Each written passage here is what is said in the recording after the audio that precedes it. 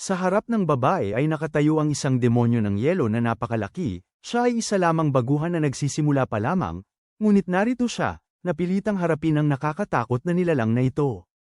Ngunit bilang isang tagapangalaga na nagtataglay ng karangalan ng lahi ng Campbell Knight, hindi maaaring umatras si Cicely. Mahigpit niyang hinawakan ang kanyang espada at sumugod pasulong. Walang bakas ng emosyon ang mga mata ng halimaw. Nagpakawala ito ng sunod-sunod na maliliit na haligi ng yelo direkta sa kanya. Walang paraan si Cicely upang ipagtanggol ang sarili o lumaban. Bumagsak siya sa lupa, dilat ang mga mata, walang magawa habang pinapakawalan ng halimaw ang malalang atake nito. Sa loob ng saglit bago siya mawala ng buhay, isang kislap ng liwanag ang humawi sa ere. Ito ay ang arko ng isang matalim na talam, na pinutol ang atake ng halimaw sa isang iglap. Nakatayo sa harap niya ay isang binata na kasing edad niya. Ang pangalan niya ay Locke, at ito na ang pangatlong beses na iniligtas niya ito mula sa tiyak na kapahamakan. Nagsisimula ang ating kwento sa syudad ng Houseman, isang lugar na kilala bilang isang malayang sentro ng kalakalan na malayo sa impluwensya ng parehong imperyo at monarkiya. Sa tuwing dumarating ang mga buhong mula sa imperyo upang guluhin at takutin ang mga mangangalakal sa syudad, humugat si Cicely ng kanyang espada at nagbigay sa kanila ng babala. Umalis na kayo ngayon o may mawawala sa inyo na mahalaga. Susubukan munang lumaban ng mga dayuhang mangangalakal, ngunit sa sandaling makita nila ang sagisag ng gwardya ng gabi, magbubulungan sila ng di maganda, sisiga, tatandaan ko ang iyong mukha, at tatakbo ng napakabilis na may iwan ang kanilang mga sandalyas. Salamat sa katapangan ni Cicely, nakapagkalakal ang mga tao ng payapa. Lubos silang nagpapasalamat sa batang kabalyero. Habang nilalasap ni Cicely ang papuri ng mga mamamayan, isang malakas na pagbagsak ang umugang sa malapit. Kasama ng mga sigaw ng nagkakagulong mamamayan, lumingon si Cicely at nakita ang isang lalaking iwinawasiwas. Isang malaking espada ng buong lakas. Saan man tumama ang kanyang talam, ang mga paninda ay nagkawasak-wasak. Mula sa kanyang kasuutan, nakilala ni Cicely na isa siyang mandirigma. Sumigaw siya ng babala, hinihingi na huminto ito kung hindi ay aatake siya. Ngunit gaano man kadalas siyang nagbabala, ang lalaki ay walang ipinakitang senyales ng paghinto. Inilunsad ni Cicely ang kanyang pag-atake. Gumanti ang lalaki, at sa isang simpleng hataw lang, napahilag pose niya si Cicely paatras. Nabigla siya sa nakakatakot nitong lakas. Ang totoong labanan ay tunay na ibang-iba.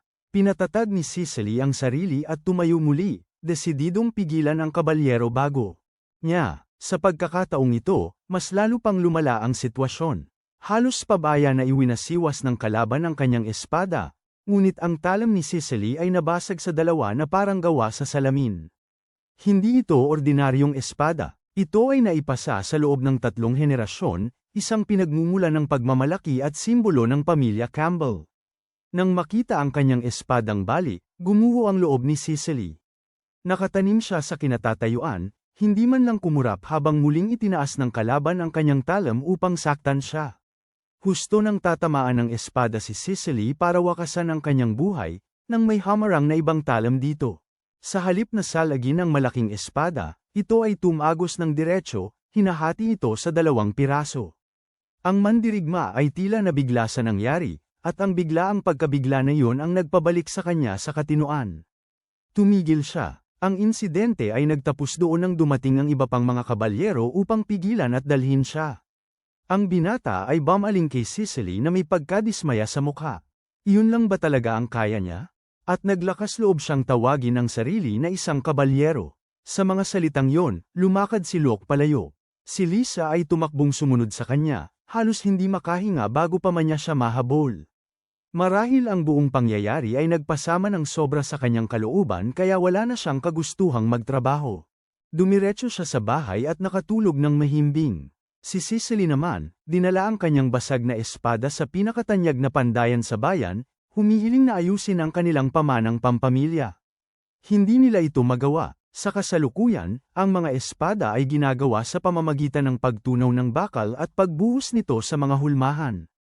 Halos wala nang gumagawa ng espada sa lumang paraan, ang paghuhulma mula sa isang solong piraso ng metal. Ang pagkukumpuni ng basag na espada upang maging isa muli ay mas mahirap pa. Kakaunti lamang ang mga manggagawa ang nagtataglay ng kasanayan. Naalala ni Cicely ang matalas na talim ni Luke. Hiningi niya sa maestro ng pandayan ang address ni Luke at pinuntahan siya. Sa kabutihang palad, isa rin siyang panday. Formal siyang nagpakilala, si Cicely Campbell, ikatlong henerasyong kabalyero ng pamilya Campbell. Dumating siya upang hilingin kay Luke na pandayin siya ng isang espada na hindi kailanman masisira. Si Lisa, na hindi nauunawaan ang mas malalim na kahulugan sa likod ng kahilingan, ay sasabihin na walang tumatagal magpakailanman nang putulin siya ni Luke. Tinanggihan niya ang trabaho gamit ang iba't ibang dahilan. Ang kat-anang yun ay gawa ng kanyang ama. Wala siyang alam tungkol sa pagpapanday. Bago pa lumipas ang 5 segundo, walang ingat na nabanggit ni Lisa ang katotohanan at ibinunyag ang kanyang pagbabalat kayo. Bukas, ang espadang yun ay pinanday mismo ni Luke. Dahil alam niyang itinuturing siya nitong hindi karapat-dapat sa isang dekalidad na talam, sinabi ni Cicely kay Luke na ang pamilyang Campbell ay nakipaglaban upang protektahan ang Houseman mula pa sa pinakaunang araw na itinatag ang lungsod. Ito ang kanilang pinakadakilang karangalan at isang hindi maikakailang responsibilidad. Naging kabalyero lang si Cicely 1 buwan na ang nakakaraan, matapos pumanaw ang kanyang ama dahil sa malubhang sakit. Bilang panganay na anak, hindi niya maaaring hayaang maglaho ang tradisyon ng pamilya. Hiniling ni Cicely kay Luke na panoorin siya habang nakikipaglaban, pagkatapos ay gumawa ito ng desisyon. Sa sandaling natapos siyang magsalita, tumunog ang mga kampana ng alarma mula sa labas ng mga pader. Ibig sabihin, inaatake ang isang convoy ng supply.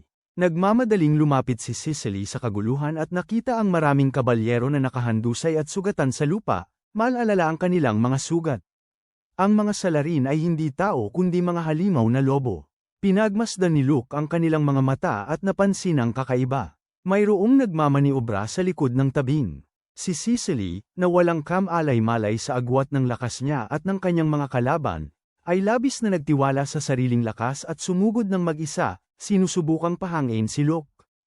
Iwinasiwas niya ang kanyang espada sa nilalang ngunit hindi man lang makapag-iwan ng kahit isang galos sa balat nito. Habang itinaas ng halimaw ang kuko nito upang durugin siya, dumating si Luke. Isang magaang na hataw ang ipinukul niya, at ang lobo ay nahati sa 2. Ang natitirang lobo ay sumugod sa kanya, ngunit tumpak at mabilis niya silang nalupig. Ang kanyang mga paa ay sumasayaw pasulong at paatras ng may liksi at gilas, ang katawan niya ay malambot na umiiwas sa bawat suntok. Kapag nag-iwan ng bukas na pagkakataon ng isang halimaw, agad niya itong pinatutumba. Matapos harapin ni Luke ang mga lobo, isang kulay ube na kislap ng ilaw ang sumambulat mula sa malayo. Nang kumupas ito, isang alon ng nagyayelong hamog ang humagupit sa lupain, ginagawang yelo ang lahat ng madampi nito. Habang lumino ang hamog, inihayag nito ang napakalaking halimaw na nakita namin sa simula. Alam ni Luke na walang laban si Cicely dito, kaya sinabi niya kay Lisa na ilayo ito roon. Mananatili siya upang harapin ito ng mag-isa. Matatag at determinado ang kanyang mga salita, ngunit maging siya ay hindi sigurado kung kakayanin niyang mag-isa ang bagay na ito. Kung hindi siya mag-iingat, posibleng tuluyan siyang lamunin ng nilalang ngayon at mawala ng bakas bukas. Ginawa ni Luke ang lahat para salagin ang walang tigil na bugso ng yelo na inihahagis ng halimaw, ngunit sa isang sandali ng kapabayaan, siya ay tinamaan at bumagsak. Isang bagyo ng matutulis na yelo ang patuloy na bumabagsak, na walang ipinapakitang awa. Nang akmang papatayin na nila si Luke, bumalik si Cicely. Sa ngalan ng karangalan ng pangalang Campbell, hindi niya kayang iwan ang sinumang nasa panganib. Nang makita ang determinasyon ni Cicely, wala nang sinabi pa si Luke. Sa halip, tinawag niya si Lisa upang dalhin ang kanyang espada at isang piraso ng asero, at sinimulan ang isang pambihirang pagpapakita ng mahikang pagpapanday.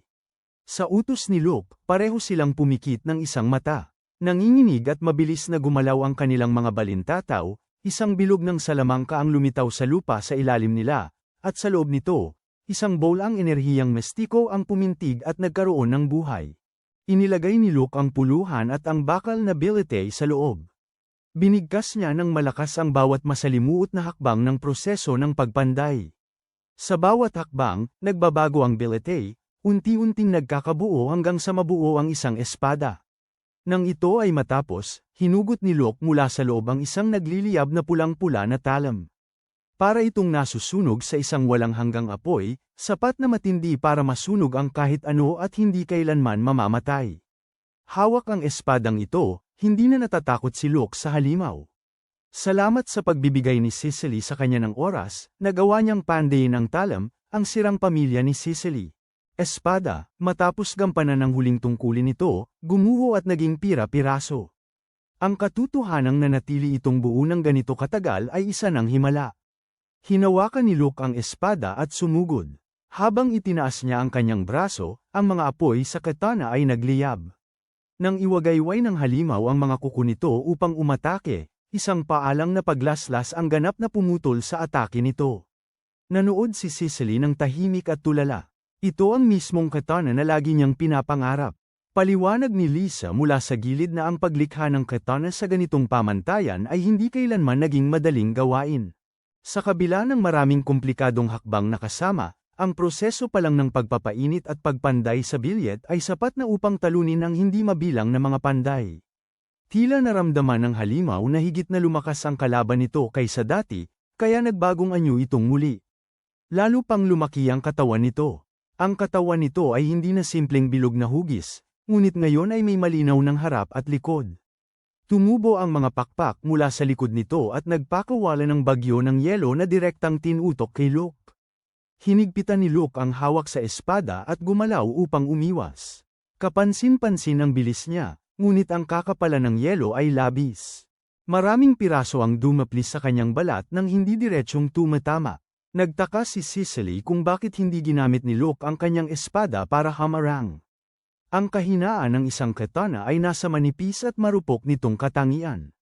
Gaya ng nakita niya noon, natamba si Luke nang mabali ang kanyang dating katana.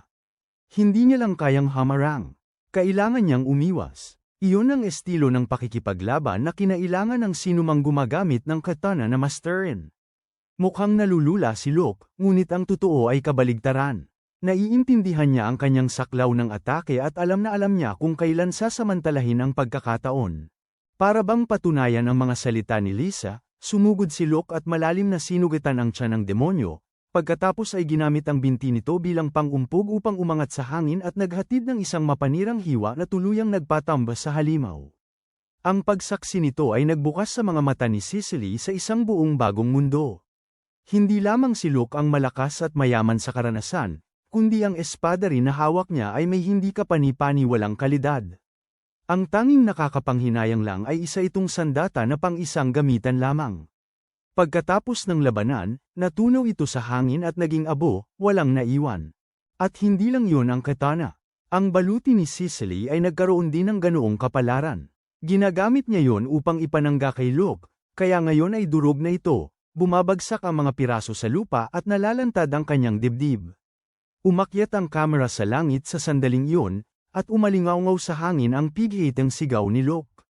Kinabukasan, ipinaalam ni Cicely kay Luke ang tungkol sa pabuya, pagkatapos ay nahihiya at taos-pusong humingi ng tawad. Pero paano matatanggap ni Luke ang isang paumanhin? Naglakas loob siyang suntukin siya ng sobrang lakas kaya nagkaroon siya ng pinsala na nagpabago sa kanyang anyo at inakala niyang sapat na ang simpleng paumanhin. Plated ba ng ginto ang mga bagay na yon, tadtad ng diamante, o armado ng nuclear warhead? Dahil anuman ang mga yon, isang tingin lang niya, at napuruhan siya ng ganoon kalala. Dapat niya itong suklian para maramdaman din ito kung gaano kasakit. Dahil sa matinding pinsalang tinamo niya, hindi nakarating si Luke sa Valbenal Conference, kung saan pinag-uusapan ng lahat ng demonyong nagsimula ng digmaan 44 na taon na ang nakakaraan. Ang muling paglitaw ng isang demonyo kahapon ay nagparamdam sa kanila na hindi na malayo ang araw ng paggising nito. Kailangan nilang makipagkarera sa oras. Kung mahahanap muna ng sangkatauhan ang banal na espada, may pag-asa pa. Ngunit kung magising si Valbenal at wala pa ring hawak ang sangkatauhan ng espada, aba, mas mabuti pang magsimula na silang maghukay ng lupa sa bakuran ngayon para hindi sila mabigla sa paglipat sa kabilang buhay. Sa pinangyarihan ng raid kahapon, nahuli ng mga kabalyero ang ilang bandido at kinwestiyon sila. Wala silang alam tungkol sa misteryosong figura sa likod ng lahat ng ito. Nangyari ang lahat dahil sinabi sa kanila ng taong yun na may kayamanan sa convoy, kaya kumilos ang mga bandido. Bukod pa riyan, ang kanilang pinuno ay ginawang halimaw ng parehong figura. Sa pagtatapos ng pagsasalita ng bandido, isang nilalang ang biglang lumabas mula sa kanyang bibig. Sa kabutihang palad, isang kabalyero ang mabilis na nakakilos upang patayin ito bago pa ito makagawa ng anuman. Ang pagharap sa mga bagay na ito ay talagang nakakakaba. Walang sino man ang makakahula kung anong mga kaganapang magpapayanig sa mundo ang susunod na darating. Nagulat ang kabalyero sa kanyang mga pinuno. Ang convoy ay nagdadala ng isang kahon ng mga espada na malinaw na hindi ordinaryong sandata. Ang misteryosong figura ay malamang na ito ang pakay. Sa kabutihang palad, dumating si Luke sa oras. Bumalik kay Luke, ipinagpatuloy niya ang kanyang araw gaya ng dati, nagtatrabaho sa kanyang pandayan. Pinanood ni Cicely mula sa labas, dahil ang patakaran ay hindi pinapayagan ang mga kababaihan sa loob. Lisa, bilang isang espesyal na assistant, ang eksepsyon. Ang masalimuot na proseso ng pagpapanday na nasaksihan ni Cicely ay ang pinakaunang hakbang pa lamang. At bukod pa rito, isang kutsilyo sa kusina lang ang ginagawa ni Luke. Iyon pa lamang ay nagpapakita na kung gaano kahalaga ang isang tunay na katana. Ang pagkaalam nito ay lalo lamang nagpatibay sa determinasyon ni Cicely na makakuha ng sandatang pinanday ni Luke. Walang tigil niya itong kinulit hanggang sa nainis at napagod ito ng husto kaya sumuko na lang ito para matahimik lang. Gayunpaman, kung gusto mong kumain, kailangan mong magtrabaho. Walang trabaho, walang pagkain. Ang bayad sa pagpapanday ay, syempre, hindi na mapag-uusapan. Ang hilaw na material para sa isang katana ay nangangailangan ng espesyal na uri ng bakal na may pinakamataas na kalinisan. Ang gastos sa pagtatapos at pagpapakinis, kasama ng 77 iba pang gastusin, ay lahat babayaran ni Cicely. Halos himatayin siya nang marinig niya ito. Nagtatrabaho siya sa gobyerno, hindi bilang isang tulisan. Paano niya kakayanin bayaran ang lahat ng iyon? Pwede ba siyang magbayad ng hulugan o pautang? Malamig na kinumpirma ni Luke, talagang hindi. Pinag-isipan nito ni Cicely at napagtanto na malamang ay sinasadya lang ng lalaking ito na pahirapan siya. Naisip niya kung dapat ba siyang kumilos ng matindi, na parang isang boksingero, magpakawala ng sunod-sunod na palo at targetin ang lalamunan nito. Kinabukasan, pumasok si Cicely sa trabaho na may masamang kalooban. Inakala ng lahat na nakipag-away siya sa kasintahan niya. Ang hindi nila alam, wala man lang siyang aso, lalo na ang kasintahan. Sa sandaling yun, tinawag siya ng kanyang superior at inatasan ng isang mahalagang misyon sa proteksyon. Dahil may koneksyon siya kay Luke, siya ang pinakaangkop na kandidato para sa trabaho. Nang pumasok si Cicely sa silid, may isang napakagandang babae na naghihintay na, nakasuot ng isang sertipiko ng magandang pagkatao na nakakabit sa kanyang dibdib. Ang pangalan niya ay Arya, ang taong itinalaga kay Cicely na protektahan. Lubos na nagulat si Cicely nang malaman niyang magiging taga-escort siya ng isang tao sa halip na mga kalakal o supply tulad ng karaniwan. Sa kabilang banda, ang tawagin siyang tao ay hindi rin lubos na tumpak, dahil si Arya ay isang espadang demonyo. Ang lalagyan na nakita ng lahat kanina ay nilayon upang maglaman ng Arya, upang hindi siya manako. Nagbagong anyo siya sa anyong tao at mag-isang pumasok sa lungsod. Dahil doon, nagawa niyang makaiwas sa misteryosong figura na nakipagkasundo sa isang demonyo. Pagkatapos ng pagpapaliwanag sa misyon, agad na dumiretso si Cicely sa bahay ni Luke. Nang magkita sila, agad silang nagkaroon ng matinding argumento, at habang pinanunood ang kanilang pagtatalo, natuwa si Arya sa nakita. Sila ba ay magkasintahan? Kaya ni Cicely tiisin halos lahat. Ngunit ang mapagkamala na kasintahan ni Luke ay lubos na hindi katanggap-tanggap. Nang makitang nanahimik siya, binunot niya ang kanyang espada at sumugod dito. Mabilis na umiwas si Luke, at nagkaroon sila ng mabilisang pagsubukan bago muling huminahon. Mas naging kumbinsido na ngayon si Arya sa kung gaano sila kalapit. Lubos na nagtaka si Luke nang sabihin ni Cicely na si Arya ay isang espadang demonyo. Anumang tingin niya rito, hindi niya mayugnay ang magandang babaeng ito na may kahangahangang figura sa isang sandata. Naglakad si Arya sa isang bukas na kakahuyan, nagsimulang bumigkas ng isang oras sayon, at tinapos ang talata sa isang utos na patayin ang Diyos. Sa sandaling huminto ang kanyang mga salita, ang hangin sa paligid nila ay humagupit ng malakas. Ilang bugso ay kumislap na may ilaw na kasing talam ng labaha, at anumang matamaan nito ay mahahati sa piraso. Binalot ng hangin si Arya. Ang buong katawan niya ay kumislap na may nakakasilaw na liwanag, at nang maglaho ito, nawala na ang babae. Sa kanyang lugar ay nakatayo ang isang espada, maayos na nakabaon sa lupa. Ito ang espadang demonyo. Maliban sa pagbabago ng anyo, taglay ni Arya ang kapangyarihan ng hangin. Karaniwan, para sa isang tao na magpakawala ng mga talam ng hangin tulad ng ginawa niya, kailangan nilang lumikha ng kontrata sa hangin at pagkatapos ay idaan ang enerhiya sa bato ni Tamahagan. Maingat na nagmamasid si Luke at hindi nakakita ng anumang pagbabago sa enerhiya mula sa anumang bato, na nagkukumpirma na taglay ni Arya ang kapangyarihang ito ng likas. Tunay nga siyang isang espadang demonyo ng hangin. Matapos ipakita kay Luke ang magagawa ni Arya, pinapaalis siya ni Cicely dahil talagang dumating siya dito para lang kay Lisa. Samantala, sa punong himpilan ng gabi, ang kamakailang paglitaw ng mga nilalang na demonyo ay naglagay sa lahat sa matinding pagbabantay. Ang halaga ng isang espada ng demonyo ay sapat na upang yugyugin ang buong bansa. Hinimok ng commander ang lahat na gampanan ang kanilang mga tungkulin ng walang kapintasan. Ang mga kasapi ng pangkat ng gabi ay nagkaisa na may matatapang na sigaw, idinedeklara na handa silang mamatay para sa misyon. Nasiyahan ang commander sa kanilang pagpapasya ngunit nagbigay ng paalala. Ang isang tao ay dapat makaranas ng takot. Ang takot sa kamatayan ang nagpapanatili sa iyo sa tamang landas. Ito ang nagtutulak sa iyo na lumaban hanggang sa huli at kumapit upang makabalik sa kaligtasan.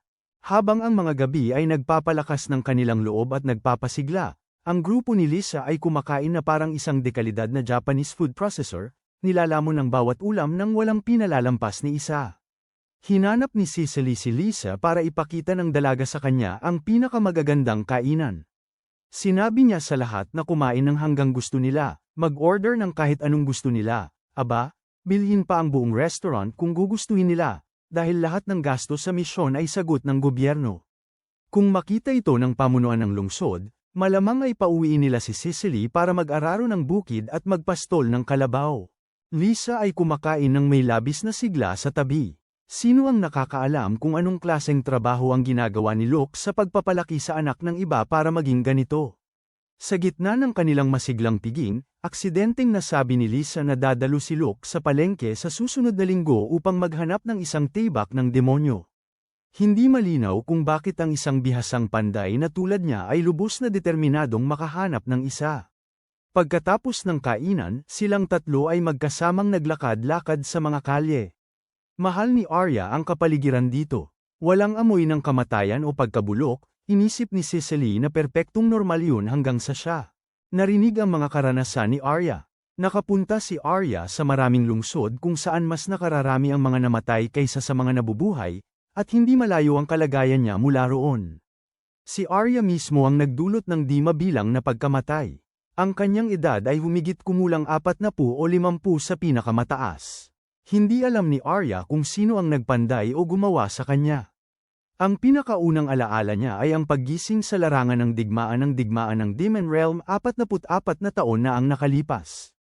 Mayroong pumulot kay Arya at pinabagsak ang isang kalaban sa isang matinding hampas, na sinundan ng isang talam ng hangin na lumusat sa puwersa ng kalaban mula sa napakalayong distansya. Nang makita ang pambihirang kapangyarihan ni Arya, nagsimulang magpapatayan ang mga tao upang siya ay mapasa kanila.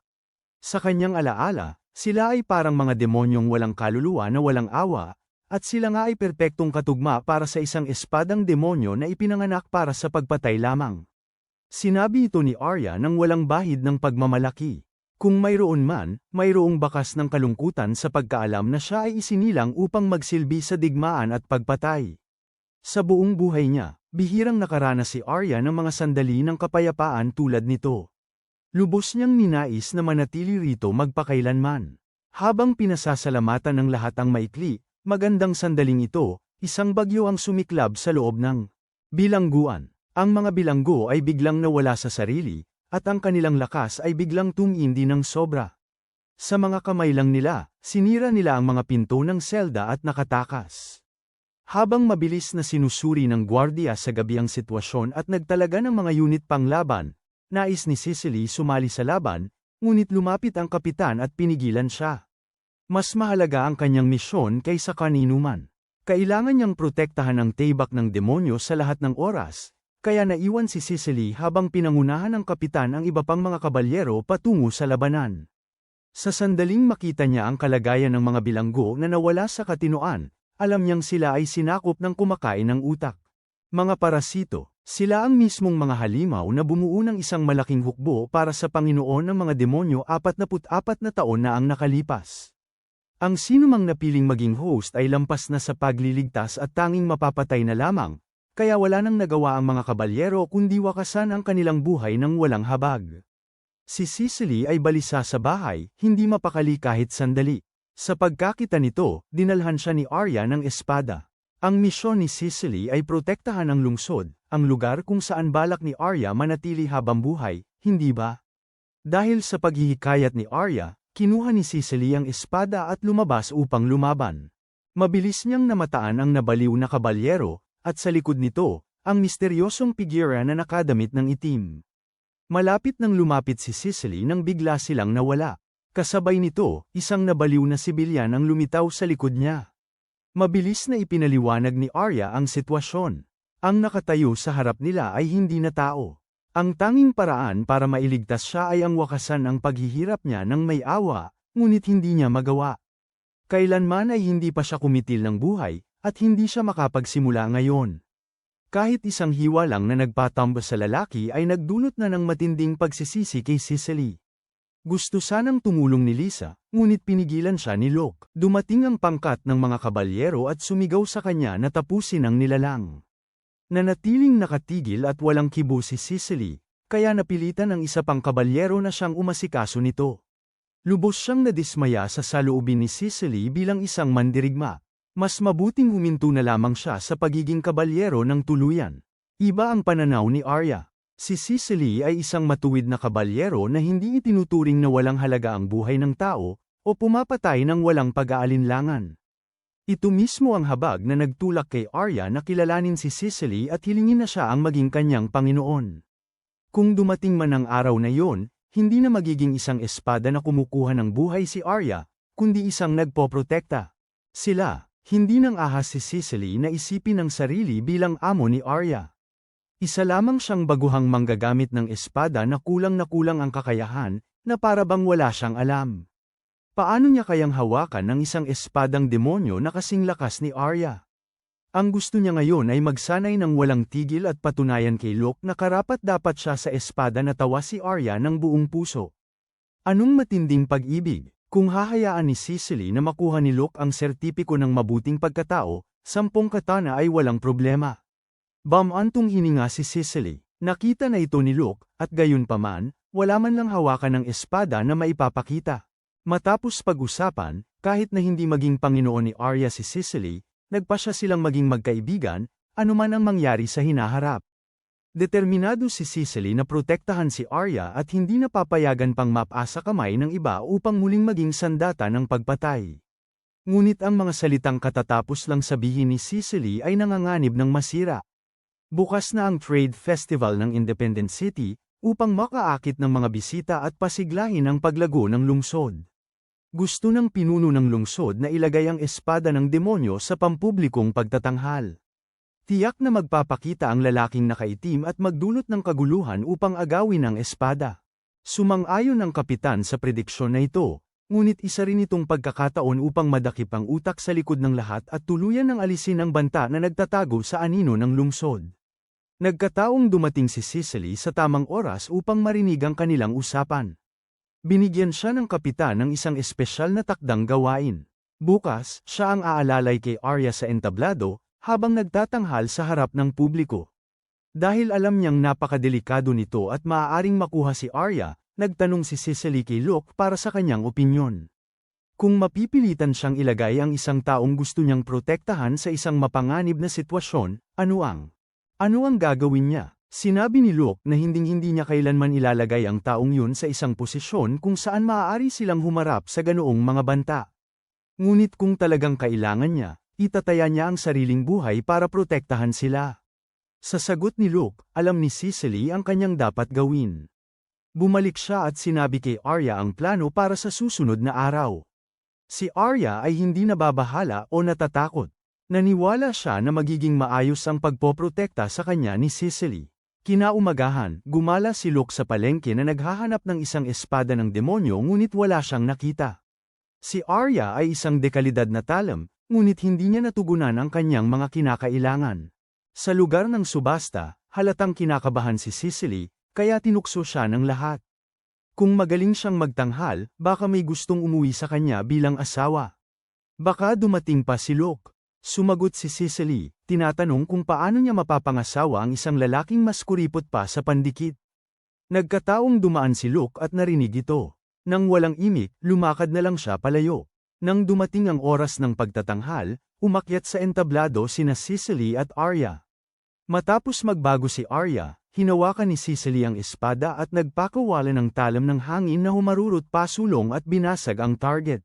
Ang mga tao sa ibaba ay sumigaw sa kagalakan. Kapapahinga lang ni Cicely ng maluwag dahil sa matagumpay na pagtatanghal nang makita niya ang belang na kabalyero. Sa tapat mismo ng kanyang puso, isang kulay ube na liwanag ang kumislap. Sa ilalim ng kanyang mga paa, nag-alab ang apoy, na bumulwak at naging isang maapoy na buhawi na umakyat patungo sa langit. Nang mawala ang buhawi ng apoy, isang demonyo ang lumitaw sa harap ng lahat. Ang pangkat ng mga kabalyero ay handa. Ang mga energy orb na nakaposisyon sa paligid ay nagpakawala ng mga kidlat na pumihil sa demonyo sa paggalaw, at nagsimulang umusad ang mga sundalo para bumuo ng pormasyong pangkubkob. Lubos silang nagtiwala sa kanilang paghahanda. Gayunpaman, ang demonyo sa loob ay halos nagpumiglas sandali bago nagbuga ng apoy mula sa katawan nito na sumira sa mga haligi. Ang nakapigil na kidlat ay nawalan ng bisa, asul na apoy ang sumambulat mula sa mga kamay ng demonyo, at ibinato nito ang apoy pasulong, na lumikha ng malakas na pagsabog. Ang mga nadamay sa pagsabog ay tuluyang naglaho hanggang sa wala nang naiwan kahit abo. Naging sapat ang swerte ni Cicely upang siya ay naitulak lamang paatras, ngunit sa pangyayaring yun, nahulog niya si Arya. Ito mismo ang hinihintay ng demonyo. Humakbang ito pasulong, pinulot ang espada, at iniwagayway. Isang hiwa ang nagpakalat ng mga pagsabog sa paligid. Pinagsama ang apoy at hangin, pinalakas ang mapanirang kapangyarihan ni Arya sa nakakatakot na antas. Pagkatapos ng pagsabog, naupo si Cicely na puno ng kawalan ng pag-asa. Nagmadali si Luke sa pinangyarihan at hinimok siyang umalis kung ayaw niyang mamatay. Tumanggi si Cicely na iwan si Arya. Ang paggawa nito ay mangangahulugang paglabag sa kanyang pangako. Nagsumamo siya kay Luke na sumali sa laban. Agad siyang tumanggi. Huwag mong ipasa sa akin ang sarili mong kawalan ng pag-asa. Kahit natahasan siyang tinanggihan, hindi sumuko si Cicely. Handa siyang ihandog ang lahat kapalit ng tulong nito. Kung pera ang gusto ni Luke, magtatrabaho si Cicely ng lampas sa kanyang makakaya. Kung kailangan ni Luke ang anumang personal na sakripisyo, susunod siya. Narinig ito ni Lisa at labis siyang naantig kaya nagsimula siyang lumuha. Dahil dito, hindi na makatanggi si Luke. Siya ang tutulong, ngunit makakagawa lamang siya ng puwang para matapos ang demonyo. Siya mismo ang magtatapos dito. Upang talunin ang demonyo, kailangan ni Luke na pandayin muli ang isang mahiwagang espada. Ang apoy ng demonyo ay napakatindi kaya't ang anumang ordinaryong espada ay natutunaw sa sandaling dam-aikit dito. Kahit ang mahiwagang espada ay 3 beses lamang itong masusugatan, kaya hindi ito magagawa ni Luke ng mag-isa. Kasunod ng plano, tinapos ni Luke ang pagpanday ng talam at sumugod sa naghaharing apoy ng demonyo. Maayos na gumalaw ang kanyang katawan habang humahampas sa bawat butas na inilalabas ng demonyong apoy. Bawat hampas ay epektibo, na nagpangyari sa demonyo na yumanggal sa tindi ng sakit. Sa ikatlong paglaslas, ang braso ng demonyo ay napahiwalay, at ang espada ng demonyo ay tumusok ng diretso sa lupa. Naghihintay si Cicely para sa sandaling ito, hindi pinapansin ang katotohanan na ang hawakan ng espada ay nagliliyab sa pula sa init. Humakbang siya pasulong at hinawakan ito. Lumipat si Cicely mula sa depensa patungo sa opensa, nagpakawala ng talam ng hangin na diretsyong tina-target sa harap. Gumanti ang demonyo ng bowlang apoy para salagin. Nagbanggaan ang 2 atake sa isang matinding sagupaan. Hindi lang basta nakatayo si Cicely naghihintay sa resulta. Nagbuhos pa siya ng mas maraming enerhiya sa kanyang pag-atake. Ang hangin sa harap ay hamugos ng mas malakas, nilagpasan ang atake ng demonyo. Sinamantala ang pagkakataon habang hindi pa nakakabawi ang demonyo, sumugod si Cicely at itinulak ang espada at diretsyong tumama sa puso nito. Sumiklab ang lilang liwanag mula sa dibdib ng demonyo, at pinalakas ito ng hangin mula sa lugar, dinadala ito sa buong lungsod parang isang pahayag na sa wakas ay tapos na ang lahat. Sa mga sumunod na pangyayari, hindi na natunto ng Night Squad ang lalaking nakaitim muli. Maraming matatapang na mandirigma ng lungsod ang nasawi sa labanan na laging handang lumaban kapag kinakailangan. Pagkatapos ng pagbabalik, nakamit nila ang pangako ng bagong kasama. Matapos ang lahat ng nangyari, pinili ni Arya na manatili, nakatayo balikat sa balikat ni Cicely bilang kasama sa digmaan. Mula sa araw na ito, hindi na siya isang espada ng demonyo na kumukuha ng buhay, kundi isang espada na nagpoprotekta sa lungsod. Pagkaraan ng ilang panahon, bumalik sa dati nitong ritmo ang lungsod. Lisa, gaya ng dati, gumising ng napakaaga para kumuha ng tubig. Gustong-gusto siya ng mga tiyahin sa kapitbahayan. Si Lisa ay napakasipag at masikap kaya bawat isa sa kanila ay palihim na ninais na sana balang araw ay magkaroon ng kanilang pamilya ng isang manugang na katulad niya. Pagkatapos kumuha ng tubig, lumibot si Lisa upang mangolekta ng bayad mula sa mga kabahayan na nagpakomisyon ng gawaing panday. Karaniwan, ang bayad ay dumarating sa anyo ng mga kalakal, pagkain, inumin, at pang-araw-araw na pangangailangan sa halip na pera, na mas maginhawa para sa pang-araw-araw na pamumuhay, at nakakatipid sa kanila ng biyahe papunta sa syudad. Si Lisa ay maliit sa pangangatawan, ngunit ang paglaki sa tahanan ng isang panday ay nagbigay sa kanya ng hindi kapani-paniwalang lakas. Pinasan niya ang isang napakalaking kahon pauwi nang walang kahirap-hirap na parabang nagtutulak lang siya ng kariton. Sa bahay ng kanyang mga magulang, naghanda si Lisa ng almusal at pagkatapos ay ginaisang ang tamad na uod na si Luke. Pagkatapos kumain, kinumpirma ni Luke kay Lisa kung may nagpapagawa ba ng trabahong panday sa kapitbahayan. Kung wala, sisimulan niyang gumawa ng bagong kagamitan para sa pang-araw-araw na gamit. Masiglang pinaalalahanan ni Lisa si Luke tungkol sa paggawa ng espada para kay Cicely. Agad niya itong tinanggihan. Walang pera, huwag siyang abalahin. Silang dalawa ay nagsikap ng husto sa pandayan mula umaga hanggang tanghali. Sa sandaling lumabas sila para kumain, dumating ang dalawang palamunin. Nang makita ni Cicely ang Simon Gut sa mukha ni Luke, sinabi niya ritong sabihin na lang ang anumang gusto niyang sabihin. Ang pagmumukha na parang plato ng hapunan ay hindi maganda sa sinuman.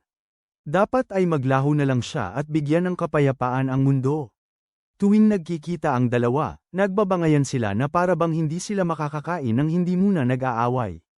Pagkaraan ng ilang sandali, sa wakas ay tumigil na rin sa pagtatalo sina Luke at Cicely.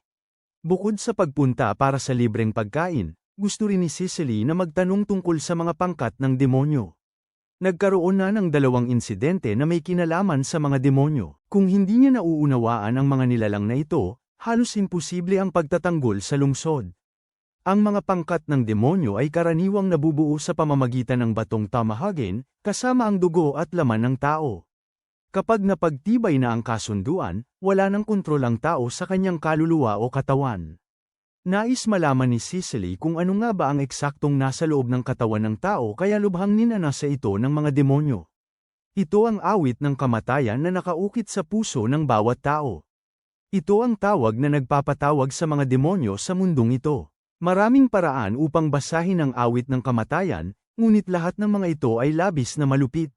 Halimbawa, ang isang kasunduan sa hangin ay nangangailangan ng pagtuklas sa laman ng dibdib ng kontratista upang mabasa ang awit, o ang paggamit ng salamin upang mabasa nila ito mismo.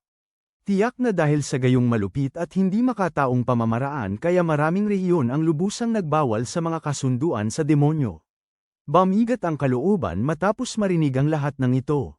Mabilis na naramdaman ni Arya ang tensyon at pinagaan ang sitwasyon sa pamamagitan ng pag-aaway sa pagkain.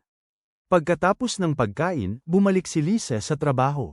Nag-alok si Cicely na tumulong mula sa malayo, ngunit tinanggihan ito ni Lisa.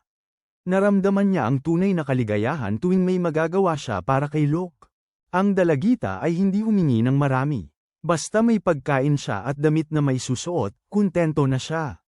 Ang pinakamalinaw na palatandaan ay ang kanyang aparador ng damit. 3 set lang ng damit ang kanya sa kabuuan. Nang malaman ito, Kinabukasan ay inilabas ni Cicely sina Lisa at Luke para maglakad-lakad sa lungsod. Naghintay siya hanggang sa malibang si Lisa sa paggalugad bago niya nilayo si Luke para pag-usapan ang pagpapalaki ng bata. Kailangan niyang dalhin ito mamili o kumain sa labas kahit minsan sa isang linggo. May bahay, bubong, at trabaho si Lisa. Gayunpaman, mukha siyang napakapabaya kaya masakit tingnan. Naisip ba niya na nasa edad na ng paglaki ang dalaga? Sa kauna-unahang pagkakataon, napagsabihan si Luke ni Cicely hanggang sa manahimik at hindi niya alam kung paano tutugon. Mahirap siyang sisihin ng buo. Kinupkup si Lisa noong musmos pa. Dahil hindi sila magkadugo, nahirapan silang magkaunawaan. Hindi talaga naintindihan ni Luke kung ano ang kailangan o gusto ni Lisa. Dahil naintindihan ito, nang gusto ni Lisa bumili ng bagong damit, inudyukan ni Cicely ang dalaga na pumasok sa isang tindahan, tinulungan siyang kunan ng sukat, at tahimik na lumayo para matapos ni Lisa ang pagpili ng kanyang kasuotan. At lumabas para maglakad kasama si Luke. Nais ni Cicely na isulong ang kanilang relasyon, para matulungan silang mas maunawaan ang isa't isa. Hindi niya lang maaaring hayaan si Luke na manatiling walang kaalam-alam at walang pakialam. Ngunit mabilis siyang nabigo at lubos na nadismaya. Kakabili lang ni Lisa ng bagong damit at hindi man lang siya pinuri ni Luke, ni hindi man lang sinulyapan ang mga ito. Habang naglalakad, paulit-ulit na sinubukan ni Lisa na magsimula ng usapan, masiglang itinuturo ang kung ano-ano. Ngunit hindi man lang siya nagbigay pansin at nagpatuloy lang sa paglakad ng diretso. Si Cicely, na nagtatago sa isang eskinita, ay hindi na nakapagtiis. Gusto niyang biglang sampilan si Luke sa mukha at hingan siya ng paliwanag para sa ugaling iyon. At isipin na labis niya siyang pinuri kay Lisa, sinasabi sa kanya na talagang mahal na mahal siya ni Luke ngunit hindi lang alam kung paano ito ipahayag. Sa muling pag-iisip, gustong-gusto ni Cicely na bawiin ang bawat salitang nasabi niya. Sinubukan ni Arya na pigilan siya, na umani ng nagtataka at naguguluhang tingin mula sa mga dumadaan na nagtaka kung may problema sa pangangagat ang babaeng pula ang buhok. Sa paglalakad pauwi, patuloy na sinubukan ni Lisa na makipag-usap. Pinag-usapan niya ang lahat ng uri ng bagay, ngunit tumugon si Luke ng parehong walang gana. Ugali, karamihan sa oras, ang mga sagot niya ay hindi man lang lumalampas sa dalawang salita. Sa wakas, pinunot ni Lisa ang lahat ng kanyang lakas ng loob at tinanong kung maganda ba ang kanyang bagong damit. Nang walang sinabi si Luke, hindi na napigilan ni Lisa at nagsimulang umiyak. Ngunit pagkatapos, nang hindi inaasahan, lumapit siya at may inilagay sa ulo nito.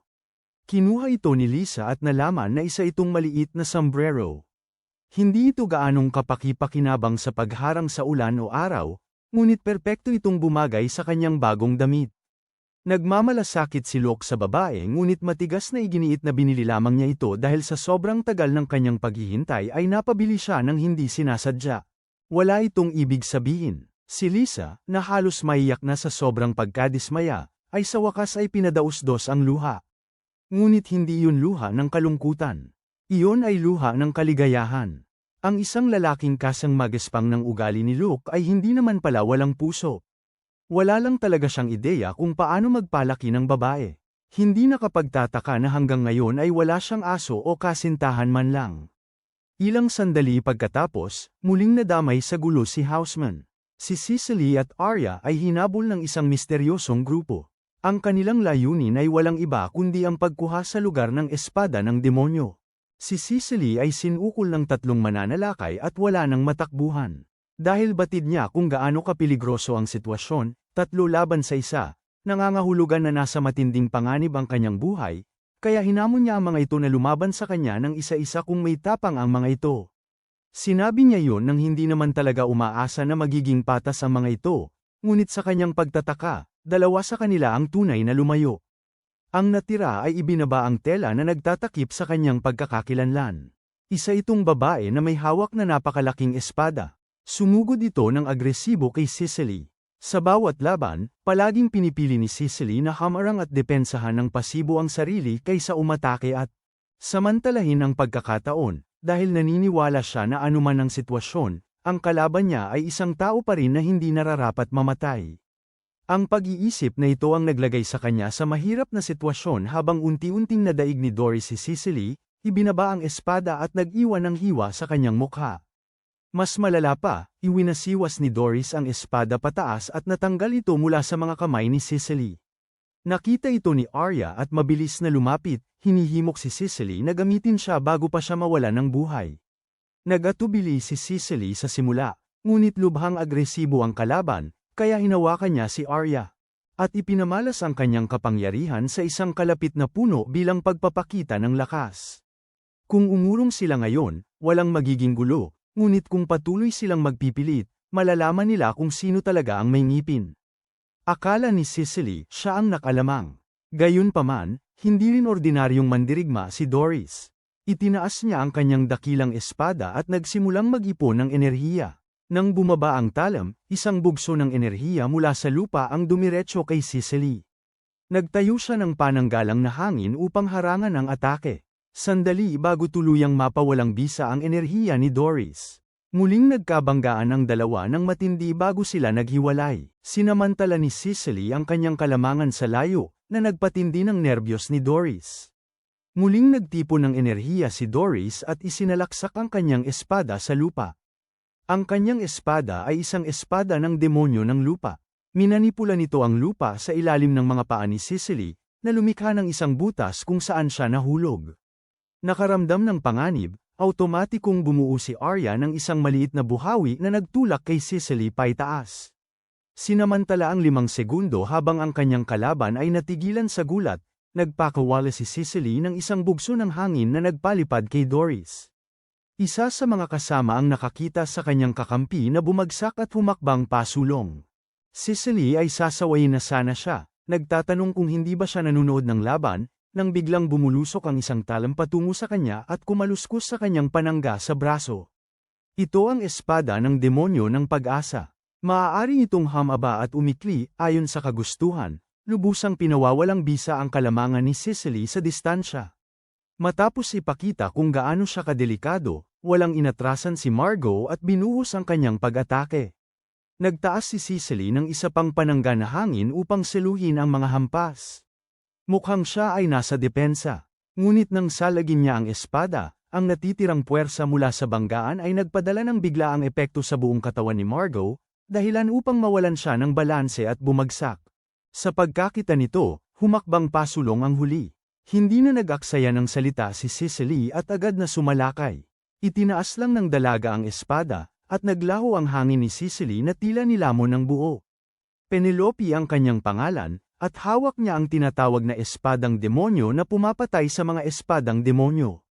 Matapos magpakilala, sumugod si Penelope sa isang walang tigil na bagyo ng mga atake. Nanatiling matatag si Cicely at kalmadong pumalag. Nararamdaman na hindi siya kayang pabagsakin ng iisang tao lamang. Sabay-sabay silang tatlo na sumugod, nagsasalitan sa isang pinag-ugnay na pagsalakay, limitado ang kanyang galaw sa pagkakakubkob. Walang kakayahan si Cicely na lumaban. Sinaktan siya ng husto at pinaglaruan na tila isang basahan. Hindi lang si Cicely ang nagkakaproblema. Sa pandayan ni Luke, dumating din ang gulo. Isang maliit na batang babae na nagngangalang Charlotte ang dumating at nagpahayag na siya ay isang prinsesa at gustong ibalik si Luke sa korte ng hari upang magtrabaho. Ipinahayag niya ito na tila ginagawa niya ng pabor si Luke, nang hindi man lang nag-abalang itanong kung gusto rin ba nito. Agad na sinabihan ni Luke ang paslit na umalis. Saang mental hospital siya tumakas. Tumanggi si Charlotte na umalis. Sa halip, ipinaalam niya kay Luke na kailangan niyang isama silang dalawa, siya at ang Demon Sword, na. Narinig ito, napagtanto ni Luke na nasa panganib si Cicely. Dali-dali siyang lumabas para iligtas ito. Ngunit hindi hahayaan ni Charlotte na mangyari yun. Sinalakay niya ito gamit ang kanyang demonyong espada ng itim na apoy upang pigilan siya. Akala ng maliit na pasaway ay nasukol na niya ito, ngunit sa kanyang pagkagulat, madali lamang na hinati ni Luke ang bawat bolang apoy. Tumanggi si Charlotte na tanggapin ang nakikita niya at patuloy na sumalakay. Pareho ang resulta sa bawat pagkakataon. Lumakad si Luke patungo sa kanya at si Charlotte ay napaurong sa takot, napaupo at aksidenteng bumaon ang kanyang espada sa lupa.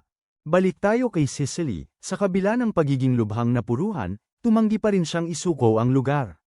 Ang kanyang determinasyon ay ikinainis ni na Doris at ng iba pa, sapat upang isipin nilang tuluyan na siyang supulan. Sa mismong sandaling yon, dumating ang grupo ni Luke. Kakatapos lang niyang humubog ng isang mahiwagang espada at inindayog niya ito patungo kina Doris at sa kanyang mga kasamahan. Isang malakas na bugso ng hangin ang tumangay sa kanila pabalik at malakas silang itinulak sa isang pader. Ang tatlong kanina lamang ay napakamabangis ay nakahandusay ngayon sa lupa na parang mga basahan. Hindi nagtagal, ipinabatid ito sa pamunuan ng lungsod at ipinatawag ang lahat upang ayusin ang mga bagay-bagay. Ginamit muli ni Charlotte ang kanyang katayuan bilang prinsesa upang ipaalam sa pinuno ng lungsod ang kanyang mga layunin. Mariin siyang tumanggi. Hindi makaalis sina Luke at Arya. Humingi si Charlotte ng isang espesyal na pribilehiyo na angkop sa kanyang maharlikang katayuan at nag-alok na bilhin si Arya sa anumang halaga. Galit na galit si Cicely. Hindi paninda si Arya. Siya ay isang taong buhay at humihinga, at pinag-uusapan nila ang pagbili at pagbebenta sa kanya. Bukod pa rito, ang grupong ito ang unang umatake na may layuning magnakaw, kaya anong uri ng negosasyon ito? Dapat bigyan ng kalendaryo ang bawat isa sa kanila para malaman nila kung anong siglo na sila. Na tinitirhan nila, bamantong hininga ang kapitan ng gabi matapos marinig ang lahat ng ito. Ang politika ay isang masalimuot na gulo. Hindi kailanman naging kasimple ang mga bagay gaya ng nais ng sinuman. Samantala, diretsahang tinugunan ng Panginoon ng lungsod ang sarili niyang alalahanin. Tunay bang maharlika si Charlotte? Dahil ang bawat kinatawan mula sa imperyo na nakitungo siya ay hindi kailanman kumilos ng ganito kaduda-duda. Naglabas si Charlotte ng espada bilang patunay ng kanyang pagkakakilanlan. Siya ay isang prinsesa na nagbalik mula sa pagkakapatapon. Mga taon na ang nakalipas, nang nagmamahalan ang kanyang ina at ang emperador, nanibugho ang emperadress at pinilit ang kanyang ina na tumakas. Bago yun, ibinigay ng emperador sa kanyang ina ang espada na ito bilang pagkilala. Dahil sa espadang ito nagkaroon si Charlotte ng kumpiyansa na tawagin ang sarili niyang prinsesa ng imperyo. Ang kailangan lang gawin ng pinuno ng lungsod ay makipag-ugnayan sa imperyo at beripikahin.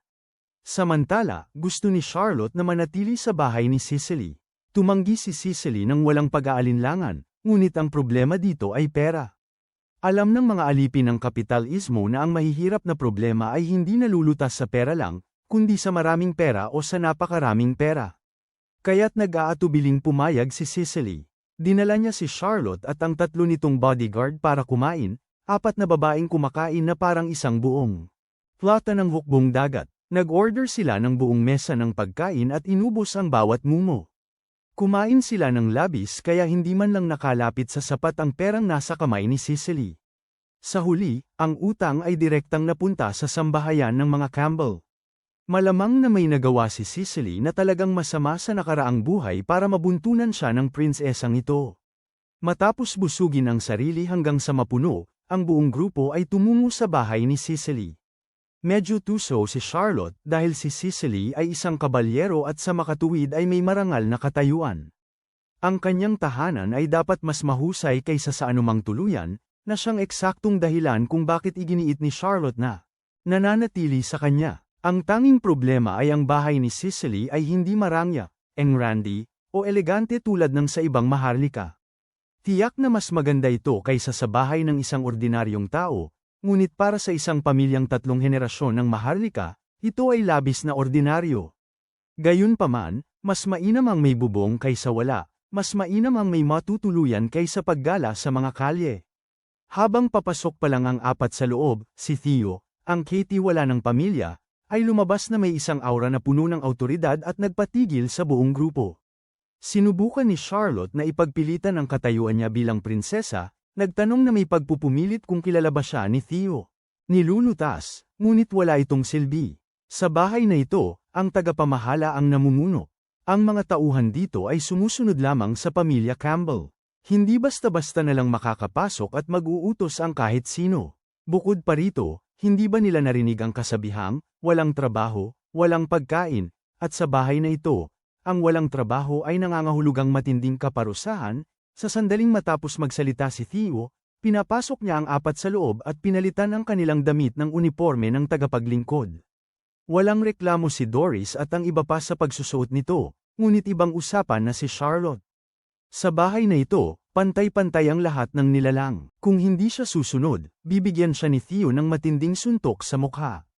Hindi na kinaya ni Doris at ng grupo niya at sumugod sila kay Theo, handa nang ayusin ang mga bagay-bagay sa pamamagitan ng puwersa. Sa isang iglap, binigyan ni Theo ang bawat isa sa kanila ng isang katok sa ulo at sila ay nagtumpok-tumpok na sa sahig. Nakita ito ni Charlotte at hindi na naglakas loob na tumutol pa. Gayunpaman, hindi rin tatanggapin ni Theo na nakaupo lang si Cicely at walang ginagawa at nagtuturo-turo. Ngumiti si Theo ng isang ngiti na walang pagkatao, na nagdulot ng matinding kilabot. Naramdaman ni Cicely na mayroong labis na mali at sinubukan niyang tumakbo, ngunit huli na ang lahat. Hinawakan ni Theo ang kanyang kwelyo at pinilit siyang pumasok. Ang sumunod ay isang panggigipit na hindi niya matatakasan. Sa huli, walang nagawa si Cicely kundi ang gampanan ng papel ng isang katulong. Habang abala sa isang utos para bumili ng supply, nakasalubong ni Cicely si Locke. Nahihiya siyang humarap sa hari ng panunukso habang nasa ganoong ayos, ngunit hindi ito bamanat ng kahit isang pangungutya. Sa halip, tiningnan niya ito sa suot na yun at sinabing talagang maganda siya. Isang papuri lang at labis na naguluhan si Cicely, hindi niya ito nakayanan. Nagbigay siya ng napakalakas na palo sa mukha ni Locke at tumakbo paalis. Nakatayo siya doon, tulala. Ano ba ang problema ng baliw na ito? Nanununtok siya ng tao kahit kailan niya gusto. Umuwi si Cicely at tinulungan ng lahat na linisin ang bodega. Ang grupo ni Charlotte na may apat ay maaaring mukhang mayabang at palautos, ngunit nakakagulat na episyente sila. Anumang gawain ang ibigay sa kanila, natatapos nila. Si Cicely naman, ay sadyang lampa. Bawat hawakan niya ay natutamba. Ang pagsunod-sunod ng grupo ni Charlotte sa kanya para lang linisin ang mga kalat na nagawa niya ay nakakapagod na sa sarili nito. Hindi natapos ang lahat ng gawaing iniatas ni Theo hanggang sa huling bahagi ng hapon. Ginantimpalaan sila ng mainit na paliligo, at sa panahong walang ginagawa, nagkaroon ng pagkakataong magkwentuhan ang mga babae.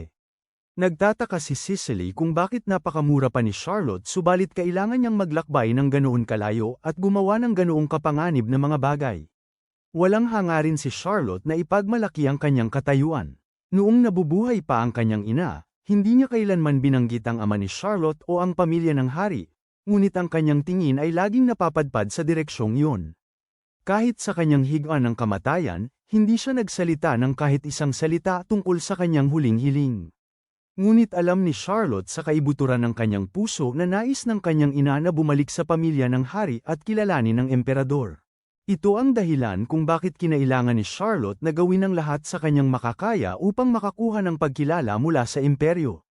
Pagkatapos maligo, lahat ay pinakain ng masaganang pagkain. Ang niluto ni Theo ay nararapat sa perpektong 10 na walang reklamo. Bawat isang tao ay kumain na parang isang industrial shredder na gawa ng Hapon. Habang mahigpit na pinamamahalaan ni Theo ang bahay, ang ina ni Cicely na si Lucy ang mabait na kaluluwa. Sa sandaling masilayan siya ni Charlotte, naaalala niya ang kanyang sariling mabait na ina. Habang nagbuberde si Lucy, sumilip si Charlotte mula sa labas at aksidenteng si Lucy ay hindi na inis o nagalit. Tinawag niya ang babae sa loob at tinuruan itong magberda na parang isang tunay na ginang. Nagkataon namang nasaksihan ni Cicely ang tagpong ito at ngumiti siya. Tila hindi naman masama si Charlotte pagkatapos ng lahat. Ilang araw pagkatapos nito, habang pauwi silang apat mula sa pamimili ng grocery, naramdaman ng bawat isa sa kanila na talagang napakaganda ng buhay dito. Tumatawa at masayang nakikipagkwentuhan si Doris nang bigla niyang napagtanto na labis na siyang nakapagsalita. Hindi pwedeng manatili si Charlotte dito habang buhay. Kailangan niyang bumalik sa pamilya ng hari at tuparin ang hiling ng kanyang ina. Si Margaret, na nag-aalala na malulungkot si Charlotte, ay mabilis na sinabi na wala namang espesyal doon, wala. Karapat-dapat na ikasaya, ngunit hindi sumang-ayon si Penelope. Napakatagal na panahon na mula nang makita niyang tumawa ang prinsesa. Pinatunayan nito na tunay ngang masaya ang lugar na ito. Gayunpaman, ito ay isa lamang hinto sa kanilang paglalakbay. Susundan nila ang prinsesa saan man ito gustuhing pumunta. Madaling sabihin, ngunit marahil kapag dumating ang oras upang umalis talaga, wala ni isa sa kanila ang kung talagang magagawa nila ito. Nang gabing yun, nasa loob si Doris at ang kanyang grupo na naglalaro ng baraha at magkasamang nagtatawanan. Tinanong nila kung bakit napakabait ni Cicely sa kanila gayong naparito sila na may layuning magnakaw. Lugar mula sa kanya. Diretsyong sumagot si Cicely, hindi niya inisip na masamang tao ang sinuman dito. Ang pagiging mabait sa isang tao ay simple lamang na usapin ng puso. Wala siyang kailangan kapalit. Narinig ni Charlotte ang lahat mula sa labas at naglakad patungo sa silid ni Lucy. Ang silweta ni Lucy ay kamukhang kamukha ng kanyang ina noong nabubuhay pa ito. Napansin ni Lucy ang babae sa labas at tinawag ito papasok. Nagbukas ng tapat si Charlotte. Alam niyang kailangan niyang umalis kapag dumating na ang tugon ng imperyo. Ngunit sa maraming pagkakataon, may boses sa kaibuturan niya na bumubulong. Tumigil ka na lang. Manatili ka na lang dito ng habang buhay. Kung gagawin niya yon, ano ang mangyayari sa hiling ng kanyang yumao na ina? Tiningnan ni Lucy si Charlotte sandali. Sa kanyang pananaw, wala nang ibang hiling ang mga magulang kundi ang kaligayahan ng kanilang anak. Mamuhay araw-araw ng may kagalakan, ginagawa ang gustong gawin ni Charlotte. Iyon din ang gusto sana ng kanyang ina. Para sa sinumang magulang, iyon ay laging totoo. Kinaumagahan, natanggap ni Charlotte ang tugon ng imperyo. Hindi nila kinilala ang kanyang katayuan bilang isang prinsesa. Walang miyembro ng maharlikang pamilya ang umiiral sa pangalang Charlotte E. Frobisher. Ang mana na nagpapatunay ng kanyang pagkakakilanlan ay palsipikado, at ang espada ng demonyo ay nakamit ng labag sa batas. Ipinag-utos ng imperyo na kumpiskahin ng Panginoon ng lungsod ang lahat at parusahan si Charlotte alinsunod sa batas. Nang marinig ito, nanigas si Charlotte sa kanyang kinatatayuan, tila nawala ng lakas. Lahat ng kanyang pagsisikap at pakikipaglaban ay nabalewala. Ang asawa at ama na pinagkatiwalaan nila ng kanyang ina sa lahat ng mga taong ito ay tumangging kilalanin sila. Si Charlotte ay biglang nanghina sa kinatatayuan.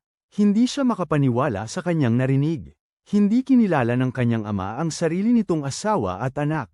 Ang mas malala, gusto niyang parusahan sila dahil sa pagpapanggap bilang maharlika.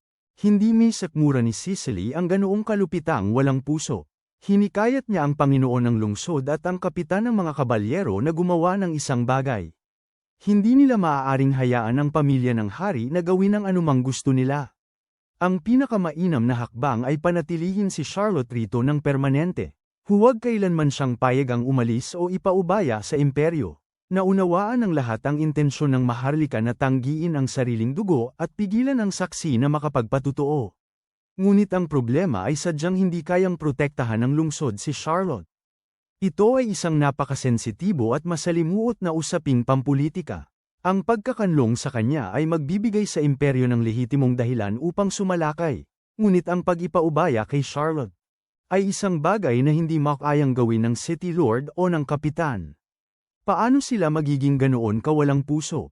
Hindi tiyak si Cicely sa kanilang mga layunin, kaya nilinaw niya ng buo ang kanyang paninindigan. Ano man ang mangyari, poprotektahan niya si Charlotte. Iyon ang sumpaan niya at ni Arya nang sila ay magkasamang lumaban. Nang gabing yon, muling napuno ang mesa ng masasarap na pagkain, ngunit walang sino mang makayang kumain. Tumayo si Charlotte at lumabas. Sumunod si Doris at ang iba pa. Sa isang lugar na iilan lang ang makakakita, umiyak si Charlotte ng buong puso. Lahat ng pag-asa, ngunit ganap na pagtanggi lamang ang natanggap. Masyadong malupit ang umaga para sa isang batang tulad niya. Kinaumagahan, gaya ng dati ay nagpatuloy ang lahat sa kani-kanilang gawain. Tumingin si Charlotte sa ibaba at nakita si Doris na puno pa rin ng enerhiya, tinutulungan si Theo na magbuhat ng tubig at nababatukan sa ulo kapag nagkakamali. Pagsapit ng tanghali, muling ipinatawag ng pinuno ng lungsod ang lahat. Nakahanap siya ng solusyon na magpoprotekta sa lungsod at sa buhay ni Charlotte, pagpapatapon sa monarkiya.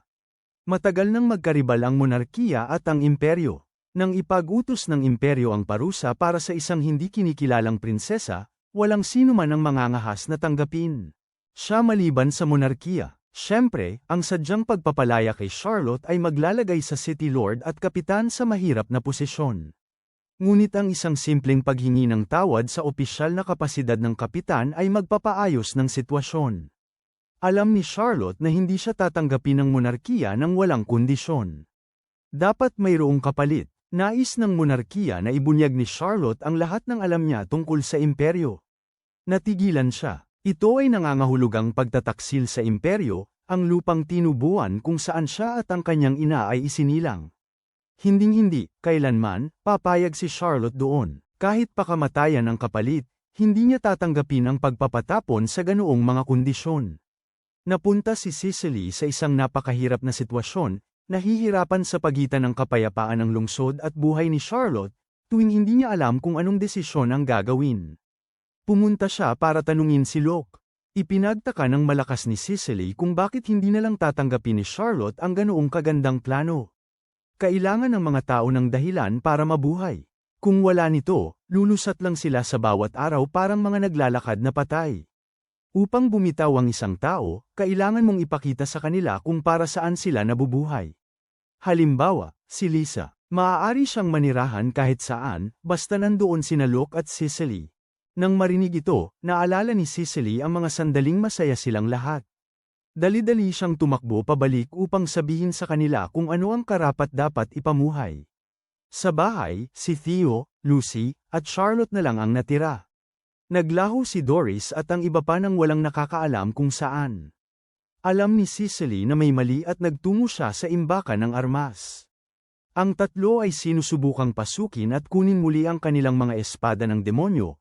Plano nilang ipagpatuloy ang kanilang orihinal na balak na agawin ang lugar at si Locke, saka babalik sa korte ng hari upang patunayan ang pagkakakilanlan ni Charlotte.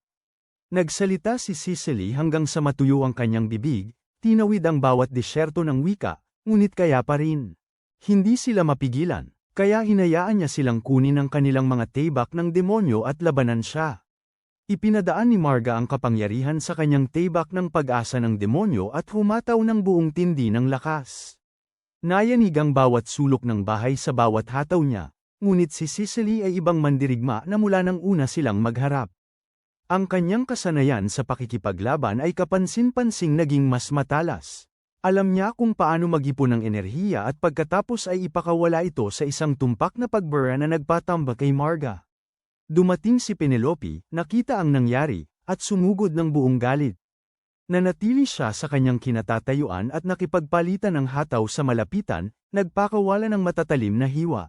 Sa simula, kaya pa ring salagi ni Cicely, ngunit unti-unting nagkaroon ng mga bakas ng tama sa kanyang katawan. Pagkatapos ay tumama sa kanya ang isang napakabilis na sipa na nagpatamba sa kanya sa sahig. Hindi sumuko si Cicely. Bumangon siya at kumari pa ng takbo upang lumayo. Hinanap siya ni Penelope sa dilim at sinurpresa ng biglaang bugso ng enerhiya ng espada. Gaya ng dati, itinaas lang ni Penelope ang kanyang espadang demonyo upang sipsipin ito. Ngunit inasahan na ito ni Cicely. Mula sa malayo, nagtipon siya ng enerhiya sa pinakababa ng kanyang talam upang makalikha ng pasulong na puwersa. Maaaring sipsipin ang enerhiya ng espada, at ang malapitang labanan ay isang labanang tiyak na matatalo. Ngunit ang isang tira na napakalakas at napakabilis na hindi kayang harangan ay ibang usapan. Si Cicely ay sumugod na parang bagyo kay Penelope. Isang malakas na tunog ng pagkabangga ang umalingaw-ngaw. Tumilapon si Penelope, ang kamay niya ay matinding nasugatan sa pagtama. Ang buong katawan niya ay nilukob ng matinding sakit at hindi siya makatayo. Ang huling humakbang ay si Doris. Ang dalawa ay nagbanggaan na parang bagyo. Ang pagkasira ng plano niya ay nagpagalit kay Doris. Hindi niya maintindihan kung bakit ganoon na lang tigas ang ulo ni Cicely na pigilan sila. Ipinaliwanag ni Cicely na ang pagtatangkang patunayan ang pagkakakilanlan ni Charlotte ay isang walang kabuluhan at hanggal na gawain. Hindi kinikilala ng imperyo si Charlotte at kukunin ang kanyang buhay sa sandaling magtagpo sila. Naunawaan ito ni Doris, ngunit basta ito ang nais ni Charlotte, itutuloy niya at ng kanyang mga kasamahan kahit pa ikasawi nila. Isinaksak ni Doris ang kanyang espada sa lupa at nagpakawala ng napakalaking bugso ng enerhiya. Ginaya ni Cicely ang galaw upang salungatin ito. Napakalaki ng pagbangga ng kanilang mga enerhiya kaya't nanginginig ang buong lugar. Nang hamupa ang alikabok, nakita si Doris na nakahandusay at talunan sa lupa. Dumating si Charlotte sa tamang oras upang masaksihan ito.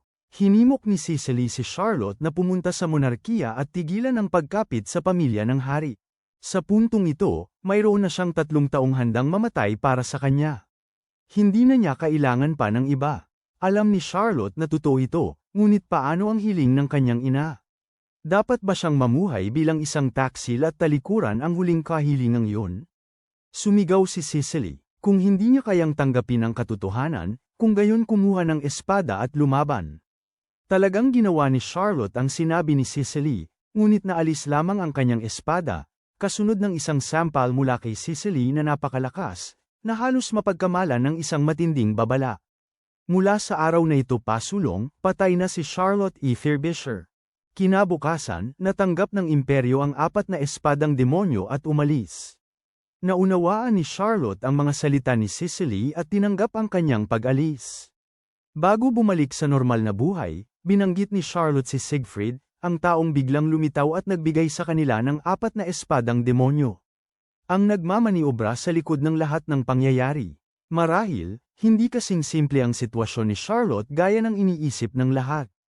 Pagkaraan ng ilang panahon, nagkaroon ng day off si Cicely, plano niya itong gamitin sa pag-eensayo at pagpapalaki ng kalamnan, ngunit iba ang ideya ng kanyang ina. Ikaw ay isang dalaga, at sa araw ng iyong pahinga ay gusto mong magbuhat ng bakal sa halip na lumabas. Kasama ang isang batang lalaki. Talaga bang wala ka ng pag-asa sa usaping romansa? Sa sandaling naisip ni Cicely si Luke, siya ay naging magulo. Nakita ng kanyang ina ang reaksyong iyon at nalaman na may target. Agad niyang inutusan si Theo na hilahin ang kanyang anak sa loob. Hanapan siya ng magandang susuotin at itulak siyang lumabas. Nagsuot si Cicely ng isang damit na mahigpit sa katawan na nagpatampok sa kanyang malaking dibdib, makipot na baywang, at walang katapusang mahahabang binti. Isang solidong 10 sa 10 na walang reklamo, pero si Cicely ay walang ibang naramdaman kundi kulang sa tiwala. Nagtatago siya at umiwas sa tuwing may lumalakad. Naalala niya ang ugali ni Theo at ang banta ng kanyang ina. Kung wala siyang magagawa ngayon, maaari na niyang ituring ang sarili na walang tirahan. Naisip ni Cicely na humingi ng tulong kay Arya, ngunit nagpalala lang si Arya ng sitwasyon. Sa pagkakataong ito, wala na talagang makapagliligtas sa kanya. Nakatayo si Cicely sa gitna ng kalsada, lubog sa pagkabalisa, nang masalubong niya ang may-ari ng isang pandayan. Nang makita niyang tila walang ginagawa si Cicely, hiniling niya na samahan ng isang customer na kailangang ipaayos ang isang maikling espada sa lugar ni Luke. Sa sandaling makita ni Luke ang ayos ni Cicely, tinanong niya kung anong bagong pakana ang ginagawa nito. Una, damit pang maid, ngayon naman, isang bestida. Nagbabago na ba siya ng buong pamumuhay niya? Nang marinig ang tono nitong tagos sa buto ang panunukso, gusto talaga ni Cicely na pagbuhatan siya ng kamay. Sa kabutihang palad, may mata si Lisa sa maganda. Ang kanyang papuri ang nakatulong kay Cicely upang mapanatili ang kanyang pagtitimpi. Nang walang gaanong abala, ipinakilala ni Cicely ang customer na nasa likuran niya. Kinuha ni Luke ang espada at sandali itong sinuri. Bagamat isang gasgas lamang ang nasa ibabaw, hindi ito kayang kumpunihin. Ang talam ay durog sa loob. Iminungkahi ni Lisa na kahit magsagawa sila ng maintenance pass, tatagal ito hanggat makakaya. Espesyal na araw ngayon para kay Luke. Nauna siyang umalis, iniwan si Lisa sa bahay para magtrabaho. Inimbita si Cicely na sumama. Maling akala niya na ito ay isang date at labis siyang nabigla kaya nadapa siya at sumubsob sa lupa pagkatapos ng ilang hakbang. Napansin ni Luke ang kanyang kakaibang pag-uugali ngunit hindi niya ito tinukso tulad ng dati. Sa halip, nagbukas siya ng loob tungkol kay Lisa. Pagkatapos ng insidente sa sombrero, paulit-ulit na pinasalamatan siya ng babae, na naging dahilan upang mapagtanto niya kung gaano siya kawalang ingat sa lahat ng panahong ito. Hindi siya sigurado kung makabubuti ba kay Lisa ang pamumuhay kasama niya. Akala ni Cicely, oo, hindi ba masaya ang dalaga na nakatira kasama niya? Bahagyang naramdaman ni Luke ang kapanatagan dahil doon. Sumumpa siya na poprotektahan niya si Lisa anuman ang mangyari. Ang dahilan kung bakit matatag si Luke ay si Lisa, isang ibang Lisa, na namatay 3 taon na ang nakakaraan. Ang demonyong pinanatili sa loob ng bundok ang kumitil sa buhay ng kaibigan ni Luke noong bata pa siya. Lubos na nagulat si Cicely nang malaman ito. Akala niya ay isa lamang itong demonyo mula sa alamat. Hindi, totoo itong umiral at nakita ito ni Luke gamit ang sarili niyang mga mata. 3 taon na ang nakalipas, sumama sina Luke at Lisa sa trabaho ng kanyang ama. Gaya ng dati, iniwan sila ng matanda sa labas bago pumasok upang magpanday. Ginamit ni Lisa ang oras para ipakita ang ilang galaw ng espada, ipinapakita ang kanyang pag-unlad. Ang kataan ng hawak niya ay ang pinakaunang ginawa ni Luke, ginawa para sa kanyang kaibigan noong bata pa siya. Sa isang sandali ng pagkabagot, iminungkahi ni Lisa na galugarin nila ang Petroleum Cave, isang lugar na sinasabing mapanganib kung saan walang sinuman ang dapat pumunta. Akmang tatanggi si Luke, ngunit binuyo siya ni Lisa, tinatanong kung natatakot siya. Kaya sumugal silang dalawa na pumasok sa lugar kung saan nagsimula ang trahedya. Isang malaking mata na nakatago sa loob ng bato ang bumukas at tumitig sa kanilang dalawa. Agad naramdaman ni Lisa ang panganib at itinulak si Luke sa likod niya, itinutok ang kanyang espada pasulong. Sa huli, wala ring saysay ang kanyang ginawa. Siya ay napasa kamay ng demonyo. Ang ama ni Luke ay pumanaw din sa mismong araw na yun habang hinahanap sila. Pinarusahan ni Luke ang sarili sa tuwing naalala niya ang araw na yun. Walang iba ang lumaban habang siya ay tumatakbo. Patuloy niyang tinatanong ang sarili kung bakit hindi siya ang namatay sa halip. Sa likod ng magaspang at malungkuting panlabas ay isang pusong puno ng pilat. Hindi alam ni Luke kung bakit niya dinala si Cicely dito at ikinwento sa kanya ang istorya. Siguro ay dahil talagang magkahawig sila ni Lisa. Naglakad sila ng magkasama ng ilang sandali bago naghiwalay ng landas. Pagbalik sa bahay, nagpupuna si Lisa ng espada nang nagsalita siya. Nakaramdam siya ng matindi at nananatiling kalungkutan sa loob ng espada. Bahagyang nagulat ang babae sa likod niya, pagkatapos ay nagpaliwanag. Ito ang espada ng awa para sa mga kabalyero. Kapag ang isang mandirigma ay sugatan ng hindi na kayang iligtas, tutuperan ng talam na ito ang huling tungkulin. At palayain sila. Ang espada ay ibinigay ng isang ama sa kanyang anak na babae bago siya umalis patungo sa larangan ng digmaan. Nangako siya na anuman ang mangyari, kahit mamatay siya, hahanapin niya ang daan pabalik upang mapalaya siya ng kanyang anak. Ngunit malupit ang tadhana. Sa sandaling bumalik siya, nasaksihan niya kung paano inagaw ng demonyo ang kanyang munting anak. Sa pagtatapos ng kwento, tinapos ni Lisa ang pagmamantine. Kinuha ng babae ang kanyang espada at umalis upang magulat. Dumating siya sa bahay ni Luke hindi lang para ayusin ang isang espada, kundi para maghanap ng taong konektado sa kaaway ng kanyang amo. Nagkataon naman, si Lisa ang taong yon. Narinig ito ng matandang kabalyero at inilabas ang kanyang tibak ng demonyo. Tanaw ni Luke mula sa malayo ang silweta ng isang papalapit na may kakaibang tibak. Bago pa niya mabati ang panauhin, isang kidlat ang pinakawala ng lalaki sa kalangitan. Sa mismong lugar na yon, isang bilog ng enerhiya ang bumulusok patungo sa bahay. Hinawakan ni Luke si Lisa at tumalon palayo upang umiwas. Muling umatake ang kalaban. Dahil sa enerhiyang elektriko, nag-atubili si Luke kung susubukan ba niyang hiwain ito. Habang siya ay nag-iisip, ang matandang kabalyero ay nagpakawala ng napakabilis na atake na diretsyong nakatutok. At si Lisa, nang marealisa ni Luke ang nangyayari, tila huli na ang lahat. Ngunit, sa mismong sandaling tatama na sana ang bowl ang enerhiya kay Lisa at lubos na may mansala sa kanya, bigla itong lumihis ng direksyon at umakyat sa kalangitan. Sumigaw ang matandang kabalyero, "Elsa, bakit? Naroon mismo ang kalaban." Napaubo siya at lumabas ang dugo sa kanyang bibig. Iyon ang naging kapalit ng pagkuha ng lakas mula sa espadang demonyo gamit ang kanyang sariling bahagi ng katawan. Napagtanto niyang hindi na maaabot ang layunin ng araw na yon, siya ay umatras, iniwan ang mga guho ng tahanan ni Luke. Kinabukasan, narinig ni Cicely ang balita at nagmadali siyang pumunta. Dahil ba ito sa kahangahangang customer na dinala niya kaya nangyari ito? Inakala ni Cicely na sinisisi siya ni Luke at akmang susuntukin na sana niya ito nang kumpirmahin ni Arya na tama siya. Binisita ni Arya ang bahay ni Luke noong nakaraang gabi upang hanapin si Cicely at nakita niya si Elsa. Ang mismong customer na ipinakilala ni Cicely. Hindi tao si Elsa, isa siyang espada ng demonyo. Bagamat malinaw na si Lisa ang puntirya ng kalaban, naramdaman ni Luke na siya rin ay target, dahil siya ay isang panday. Maraming bagay sa mundong ito na hindi alam ng ordinaryong tao, tulad ng ang pag-iral ni Valbanel at lahat ng konektado rito. Ang demonyong yun ay kinulong sa houseman ng isang banal na espada, ngunit ang banal na espada ay malapit nang matapos ang bisa nito. Si Luke ang siyang may tungkulin sa pagpanday ng isang bagong banal na espada upang patuloy na supulan si Valbanel. Ang katibayan na malapit na sa kalayaan ang demonyo ay ang dumaraming presensya ng mga anyong espiritu, o mas tiyak, ang mga kawan ng demonyo at mga awit ng kamatayan na lumilitaw ng mas madalas. Ang mga anyong espiritu ay ang sumpa ni Valbanel sa mundo, itinanim ng siya ay kinulong. Ang unang Panginoon ng Houseman ay tunay na isang kahangahangang tao. Nakatuklas siya ng paraan para gawing enerhiya ang sumpa, ginagawang isang napakapakinabang na pinagmumula ng kuryente para sa sangkatauhan ang isang bagay na nakamamatay. Ang konseho ng Panginoon ng lungsod ay nagtitipon din upang talakayin ang isyong ito. Nauubos na ang oras, ngunit hindi pa rin makagawa si Locke ng isang banal na espada. Isa sa mga naroroon ay bumunot ng espada at idineklara itong banal na espada.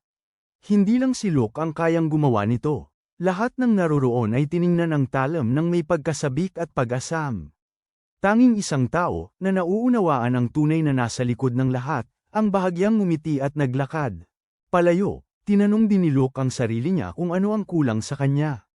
Espesyal na materyal, kakulangan sa kasanayan, o marahil hindi sapat na galit kay Valbanel, hindi niya mahanap ang sagot, kahit na malinaw na kaya ng iba. Hindi kinasusuklaman ni Locke ang demonyo na pumatay sa kanyang ama at kay Lisa. Kinasusuklaman niya ang sarili niyang kawalan ng magawa at kaduwagan mula 3 taon na ang nakalipas. Naiinis si Cicely na ang daming alam ni Locke at maraming pasanin ngunit hindi niya kailanman ibinahagi ang alinman dito sa kanya. Naunawaan ni Arya ang issue. May mga bagay na mas mabuting manatiling lihim. Ang pagkaalam ay nagdulot lamang ng dagdag na pag-aalala nang walang kapangyarihang baguhin ang anuman. Mayroong isang tiyak na kaligayahan sa kamangmangan. Nang gabing yun, gusto ni Arya na gumawa ng isang bagay na masaya para pasayahin ang lahat, kaya namili siya sa bayan. Nakasalubong niya si Elsa at nag-usap ang dalawa. Palaging iniisip ni Arya kung ano ang nagpapangyari sa mga espada ng demonyo na nasa anyong tao, tulad niya, na naiiba sa mga nasa anyong sandata. Bakit sila isinilang? Ano ang tunay na layunin sa likod ng kanilang pag-iral? Nasa kay Arya ang lahat ngayon, ngunit kinatatakutan niya na balang araw ay mawawala ang lahat ng iyon at muli siyang magpapagala-gala. Ayon kay Elsa, ang mga espada ng demonyo ay ang galit ni Valbanel sa mundong ito. Hindi kinamumuhian ng demonyo ang sangkatauhan kundi ang lumikha nito. Naalala ni Arya ang orasayon na binibigkas niya kapag nagbabago anyo, patayin ang Diyos. Matagal nang nauunawaan ito ni Elsa. Desperado siyang patayin si Valbanel upang palayain ang sarili. Ngunit ang espada ng demonyo ay hindi kayang kumilos ng mag-isa. Ito ay lubusang nakasalalay sa kanyang amo. Iyon ang dahilan kung bakit ang tanging layunin niya ngayon ay patayin si Lisa. Nang gabing yun, umuwi si Elsa at pinakiusapan ang kanyang amo na huminto. Kung magpapatuloy siya ng ganito, mamamatay siya. Dumating ang lalaking nakaitim sa mismong sandaling iyon. Sa ilalim ng kanyang impluwensya, muling kinuha ng matandang kabalyero ang kanyang espada at hinabol si Locke. Hindi nag-atubili si Locke na ilabas ang kanyang talam at salubungin siya. Tila magkakaroon ng maayos na laban ang dalawa, ngunit sa halip ay hinarang ng lalaking nakaitim si Locke. Sumugod ng diretso ang matandang kabalyero, na nagpilit kay Cicely na humakbang at lumaban. Matindi ang pagtutunggali nila at ang enerhiya mula sa kanilang pagbangga ay nagpadala ng mga shockwave na kumalat sa paligid. Matapos ang maikling pagpupumiglas, si Cicely ay napahagis paatras. Ang espada ng kidlat ay tunay na kahanga-hanga, epektibo sa malayo at mapaminsala sa malapitan. Kinailangan ni Cicely na lumaban ng buong lakas para lang mapanatili ang kanyang posisyon. Sa panig ni Locke, kaya niyang sabayan ng lalaking nakaitim sa bawat hampas hanggang sa ipamalas ng lalaki ang kapangyarihan ng kanyang espadang demonyo ng kadiliman. Ang madilim na enerhiya ay hindi lang sumisira sa lahat ng mahawakan nito, kundi sanhi rin ang pagkabulok at pagkasira nito. Nagkaroon si Locke ng matinding pinsala at tila ba humihiwalay na ang kanyang laman. Nakita ito ni Lisa at gustong lumabas, na magbibigay sana sa matandang kabalyero ng pagkakataong sumalakay. Sa kabutihang palad, nakakilos agad si Cicely at winasak ang paparating na kidlat. Ang matandang kabalyero ay sumigaw sa puot. Siya ang demonyo. Siya si Valbanel. Bakit ka humahadlang sa aking daan? Sa kanyang galit at pighati, nagpakawala pa siya ng isa pang bugso ng kidlat kay Lisa. Hindi nag-atubili si Cicely. Nagtayo siya ng isang hindi matitinag na pader ng hangin na hamarang sa bawat kidlat. Hindi na kayang panatilihin ng matandang kabalyero ang pag-atake ng matagal. Umubos siya ng dugo at bumagsak, ngunit tumanggi pa rin siyang sumuko. Sa kanyang huling patak ng lakas, Itinutok ng kabalyero ang kanyang espada sa langit. Nang ibaba niya ito, isang mapaminsalang kidlat ang tumama patungo kay Sicily. Hindi rin siya umurong. Pinagtuunan niya ang kanyang enerhiya at nagpakawala ng isang malakas na bugso ng hangin. Ang dalawang puwersa ay nagtunggalian sa himpapawid. Sa sandaling yon, muling nagharap sina Arya at Elsa. Ang huling paghaharap na ito ay hindi para maging magkaibigan sila kundi upang wakasan ang lahat sa ganap na kahulugan. Nabuwag ang kidlat ng kabalyero. Humakbang si Elsa at sinalo ang paparating na atake. Sa kanyang huling hininga, ibinaba ng matandang kabalyero ang kanyang panangga sa dibdib, inilantad ang kanyang dibdib. Ginawad ni Elsa ang talam ng habag, na nagtapos sa kanyang buhay. Nang namatay ang lumang kabalyero, nabasag sa dalawa ang kanyang espada ng demonyo at nawala si Elsa. Walang nakaunawa sa nangyari. Lahat ng mata at tanong ay nabaling sa lalaking nakaitim, naghahanap ng kasagutan. Ang pagpatay sa amo nito ang tungkulin ng espada ng demonyo.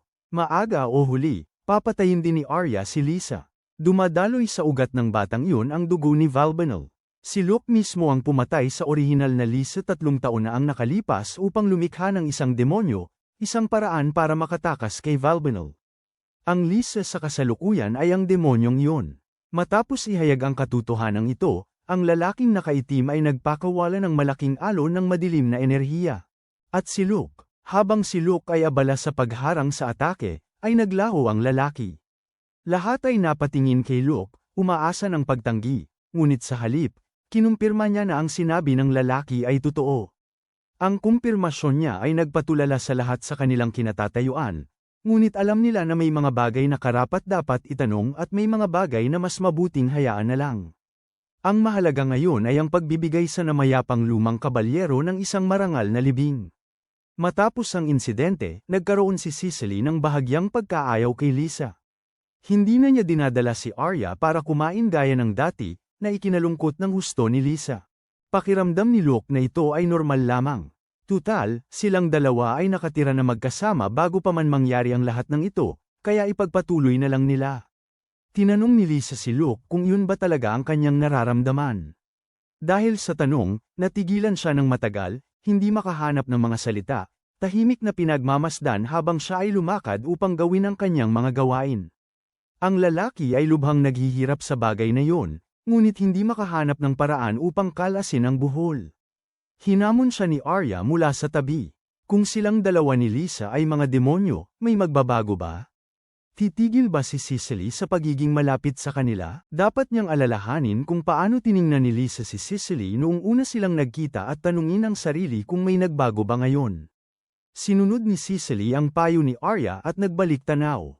Walang nagbago. Ito pa rin ang parehong maliwanag at inosenteng ngiti. Nagpasya siya na kapag natapos na ang kanyang mga tungkulin, pupunta siya sa bahay at magbibigay ng taus-pusong paghingi ng tawad sa dalagita. Ngayon ang araw ng Valbanel Conference. Nagtipon ang lahat upang talakayin ang issue. Nakita ni Sicily ang lalaking nakaitim na nakasakay sa karwahe ng imperyo. Sa labanan niya kay Luke, naibunyag ang kanyang mukha, at walang duda na siya pa rin. Person. Walang sinayang na sandali, binunot ni Sicily ang kanyang espada at sumugod, layo niyang patayin ito. Ngunit mas mabilis pa rito ay lumitaw ang kanyang mga bodyguard upang harangan siya. Ang lalaking nakaitim na siyang nagmamaniobra sa likod ng lahat. Nagulat ang kapitan sa kanyang natuklasan, ngunit walang sapat na ebidensya upang kumpirmahin ang pagkakakilanlan nito. Kahit pa nabanggit na siya ni Charlotte bilang si Siegfried, at dumating si Luke sa eksena sa tamang oras upang suportahan siya, hindi pa rin ito sapat. Siya ang commander ng puwersa militar ng imperyo. Ang titulong yun pa lang ay sapat na upang pag-isipang mabuti ng syudad bago siya arestuhin, lalo na kung ang lahat ay nananatiling malabo. Sa huli, pumasok ang lahat sa silid ng kumperensya. Ipinakita ni Luke ang banal na espada, ngunit ito ay hindi pa kumpleto, at kaya isang grupo ng mga walang silbing matatandang lalaki na walang nagawa ay nagsimulang magsalita ng masama, o mas tumpak, pinahiya si Luke. Binanggit nila kung paano niya ginawang demonyo si Lisa, at pagkatapos ay lumipat sa mga diangkop na pahiwatig tungkol sa kanyang mga ginagawa sa gabi. Ang mga pahiwatig na hindi ginamit sa pag-iisip kundi sa pagdedelegasyon ng lahat ng desisyon sa mas mababang kalikasan ay tanging makapagbubunga lamang ng mga kaisipang ganoon ang uri. Walang sinabi si Luke. Si Cecily, na nakaupo sa tabi niya, ay nakaramdam ng pagkulo ng kanyang dugo hanggang sa punto na talagang gusto niyang hugutin ang kanyang espada at disiplinahin ang bawat isa sa mga matatandang iyon. Habang lalo siyang nagpapaparaya, mas lalo silang nagtutulak, na nagpapalapit kay Cecily sa sukdulan. Upang hindi siya mawala ng kontrol, kinailangan siyang palabasin ni Locke. Ang kumperensya ng pagpapahiya ay nagpatuloy ng walang abala. Sa loob ng kumperensya, walang hiyang iminungkahi ng imperyo na dalhin si Locke pabalik sa kanilang teritoryo. Sa pagkukunwari ng pagpanday ng banal na espada, nauunawaan ng lahat ang katotohanan, gusto lang nila siyang pagsamantalahan. Ang monarkiya ay may kaparehong layunin. Ang Panginoon ng Houseman ay nakita kaagad ang kanilang mga pakana at agad na tumanggi, tinapos ang anumang karagdagang diskusyon tungkol sa bagay na iyon. Umuwi si Cecily na bigo. Ang una niyang ginawa ay humingi ng tawad kay Lisa. Hindi siya sinisisi ni Lisa kahit kaunti. Sino ba naman ang makakakilos ng normal matapos biglang malaman na ang kanilang kaibigan ay isang demonyo? Sa halip, si Lisa ay nakaramdam ng matinding pagkakasala. Siya ay maliit at kamukha ng orihinal na Lisa, ngunit ang kanyang personalidad ay lubos na naiiba. Marahil nakaramdam ng sakit si Luke tuwing titingin siya sa isang taong kalahati ay katulad niya at kalahati ay hindi. Gayunpaman, walang kagustuhan si Lisa na lisanin ang tabi ni Locke. Gusto niyang gawin ang lahat ng makakaya niya upang tulungan siya, maging pagluluto, paglalaba, pagwawalis ng sahig, o paglilinis. Gusto niyang gawin ang lahat ng iyon. Nang marinig ito, may nagliwanag sa isip ni Cecily. Tumakbo siya sa kumperensya ng Valbanal at buong tapang na idineklara ang tunay na nangyari 3 taon na ang nakalipas. Hindi isinakripisyo ni Locke si Lisa para iligtas ang sarili. Si Lisa mismo ang nagsagawa ng ritual ng awit ng kamatayan at nakipagkasundo sa isang demonyo upang iligtas ang kaibigan niya noong bata pa sila, ang taong minamahal niya. Sa proseso ng kontrata, sino mang may kahit pangunahing kaalaman ay nauunawaan na walang sino man ang maaaring pilitin ang ibang tao dito laban sa kanilang kalooban. Kinilala ng mga tao roon ang loika ngunit matigas ang ulo na tumangging sumang-ayon. Paano kung kahit papaano ay pinilit ni Locke si Lisa noon? Ang patunay ay simple, mayroon si Lisa ng kakayahan sa panday. Kung pinilit siya, bakit hindi sana pinili ni Locke na lumikha ng demonyong mas malakas kaysa kay Valbanal sa halip na isang may kakayahan sa pandayan? Ang totoo ay malalim sa kanyang puso, palaging gusto ni Lisa na manatili sa tabi ni Locke. At suportahan siya. Iyon lang, matagal nang naiintindihan nito ni Locke ngunit ayaw niyang tanggapin. Iyon mismo ang dahilan kung bakit hindi niya kailanman nagawa ang banal na espada para supulan si Valbanal. Sa kabila ng pagkasira, ang tanging nais niya ay makagawa ng isang espada na hindi kailanman mababasag. Isang espada na makakaprotekta sa Lisa ng nakaraan gayon din sa Lisa ng kasalukuyan. Si Siegfried ay bumulalas ng mapanuyang tawa matapos marinig ito. Pag-ibig ba ang tinutukoy niya? Maaari ba nitong talunin ang makapangyarihang demonyo na pinanatili sa isang lugar? Hindi nag-aksaya ng mga salita si Cecily. Hinugot niya ang espada ni Locke at itinulos sa ibabaw ng mesa. Kung hindi niya ito pinaniniwalaan, dapat ay subukan niyang putulin ito gamit ang kanyang banal na espada. Iyon nga ang ginawa ni Siegfried. At sa unang pagtatangka pa lang, ang espadang ipinagmamalaki niya ay hindi man lang tumagal ng 1 segundo. Ang dulo ng kanyang talam ay naputol at lumipad ng diretso sa pinuno ng delegasyon ng imperyo, halos ikapahamak ng lalaki. Matapos ang pangyayaring yon, wala nang ahas na harmony ng galing ni Locke sa pagpapanday. Si Siegfried naman ay nanggagalaiti sa kahihiyan. Hindi napigilan ng galit, ipinatawag niya ang mga demonyo upang salakayin ang lungsod. Kasabay nito, sina Locke at Lisa ay nag-uusap ng tapat tungkol sa kinabukasan. Ayaw niyang isipin ni Lisa na siya ay anino lamang ng kanyang lumang kaibigan. Labis niyang pinagsisisihan ang pagbibigay sa kanya ng pangalang Lisa. Hindi dahil lumaki siya na may ibang personalidad kaysa sa orihinal, kundi dahil naintindihan niya kung gaano siya naging kaangal. Sa huli, ang tanging gusto lang ni Locke ay mamuhay si Lisa ayon sa kanyang kagustuhan at hindi kailanman magtago sa anino ng ibang tao. Si Lisa naman, sinabi kay Locke na hindi siya kailanman nakaramdam ng pasanin o kalungkutan sa pamumuhay kasama niya. Mula ngayon, nasa iisang bangka sila, sama-samang sumasagwan pasulong. Sa sandaling lumabas ang mga salitang iyon mula sa kanyang bibig, isang halimaw ang lumukso mula sa tubig.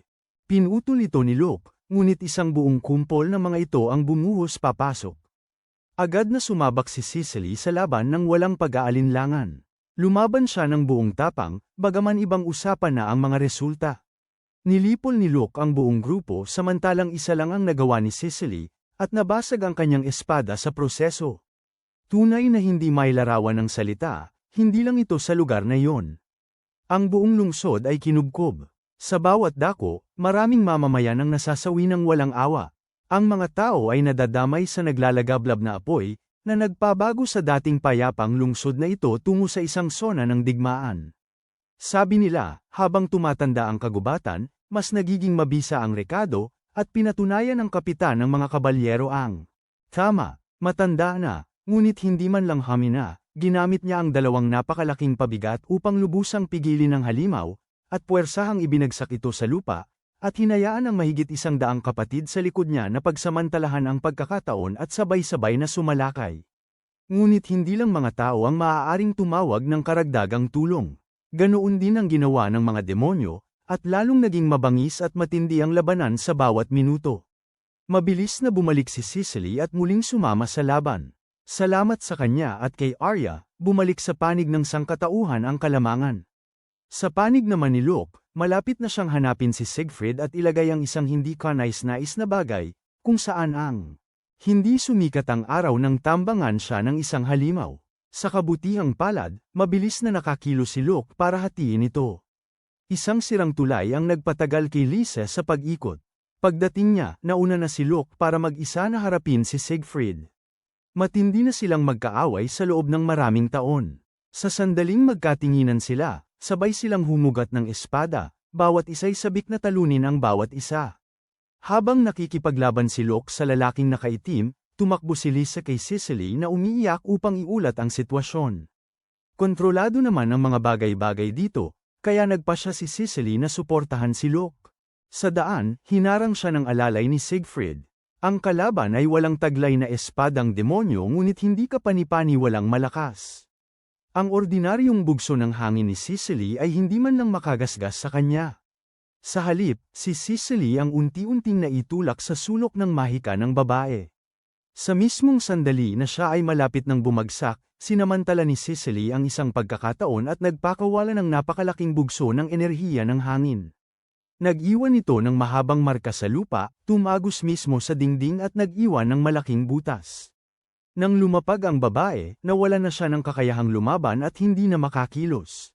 Pagkatapos ng nakapipinsalang atake na yon, si Arya ay bumalik sa anyong tao. Sobra siyang naubusan ng enerhiya at hindi na niya kayang ipagpatuloy ang pakikipaglaban. Sa larangan ng digmaan ni Luke, si Siegfried ay humawak ng kanyang mapaminsalang espadang demonyo at muntik nang mabasag ang katana ni Luke. Nang kapwa sila naghanda para sa huling pag-atake, nabali ang katana ni Luke. Isang sugat ang bumukas sa kanyang tagiliran at siya ay bumagsak. Nang makita ito, dali-daling lumapit sina Sicily at Lisa. Ang pagkakaroon ng tiyak na kalamangan ay labis na nagpalakas ng kumpiyansa ni Siegfried. Kung mas marami, mas masaya. Si Sicily ay walang armas ngunit tumangging umatras. Humakbang siya pasulong at ginamit ang sarili niyang katawan upang harangan ang pagsulong ni Siegfried. Sa paningin ng kaaway, nakakatawa ito. Ang isang kabalyero na walang espada ay wala kundi isang madaling target. Ngunit para kay Luke, ito ay isang pagpapakita ng ganap na determinasyon. Kapag pinanindigan mo ang isang bagay, tinatapos mo ito. Ang kalahating pagkilos ay hindi lang ikaw ang mapapahamak, kundi pati na rin ang mga mahal mo sa buhay, habang binabaliwala ang katotohanang nagpapahiwatig na ng pagkapagod ang kanyang katawan. Tinawag ni Luke si Lisa at sinimulan ang proseso ng pagpanday. Hindi naniwala si Siegfried na magagawa niya ito sa kabila ng sugat na yun at naghintay sa huling sandali. Iba ang kinalabasan nito kaysa sa inaasahan niya. Bagaman nilabasan si Luke ng maraming dugo mula sa bibig, hindi pa rin siya bumagsak. Buong tatag ang kanyang katawan habang maingat niyang ginagawa ang bawat hakbang sa pagpanday. Nang mahugat ang espada, mayroon itong asul na talam na puno ng pag-asa. Inabot ito ni Luke kay Sicily. Talunin mo ang walang hiyang iyan ngayon din. Hawak ang katana na matagal na niyang pinapangarap, hindi na nag-aksaya pa ng sandali si Sicily. Sumugod siya. Nagbanggaan ang asul na talam at ang dilim na nagdulot ng tilamsik ng apoy. Dahil hindi kayang sirain ang espada, sinubukan ni Siegfried na daijin si Sicily gamit ang malakas na puwersa. Ito ang kanyang malaking pagkakamali. Itinaas niya ang kanyang talam at isinuksok ito ng malalim sa espada nito.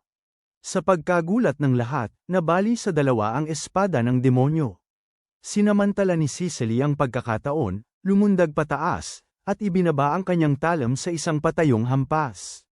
Tumagos ang espada sa dibdib ni Siegfried ngunit tila umabot sa hangganan nito at nabali. Dahil doon, malubha lamang siyang nasugatan, hindi napatay. Napagtantong tiyak na kamatayan ang pananatili pa roon, tinitigan ni Siegfried ang tatlo sa kanila nang may masamang tingin. Tandaan niyo ang mukha ko.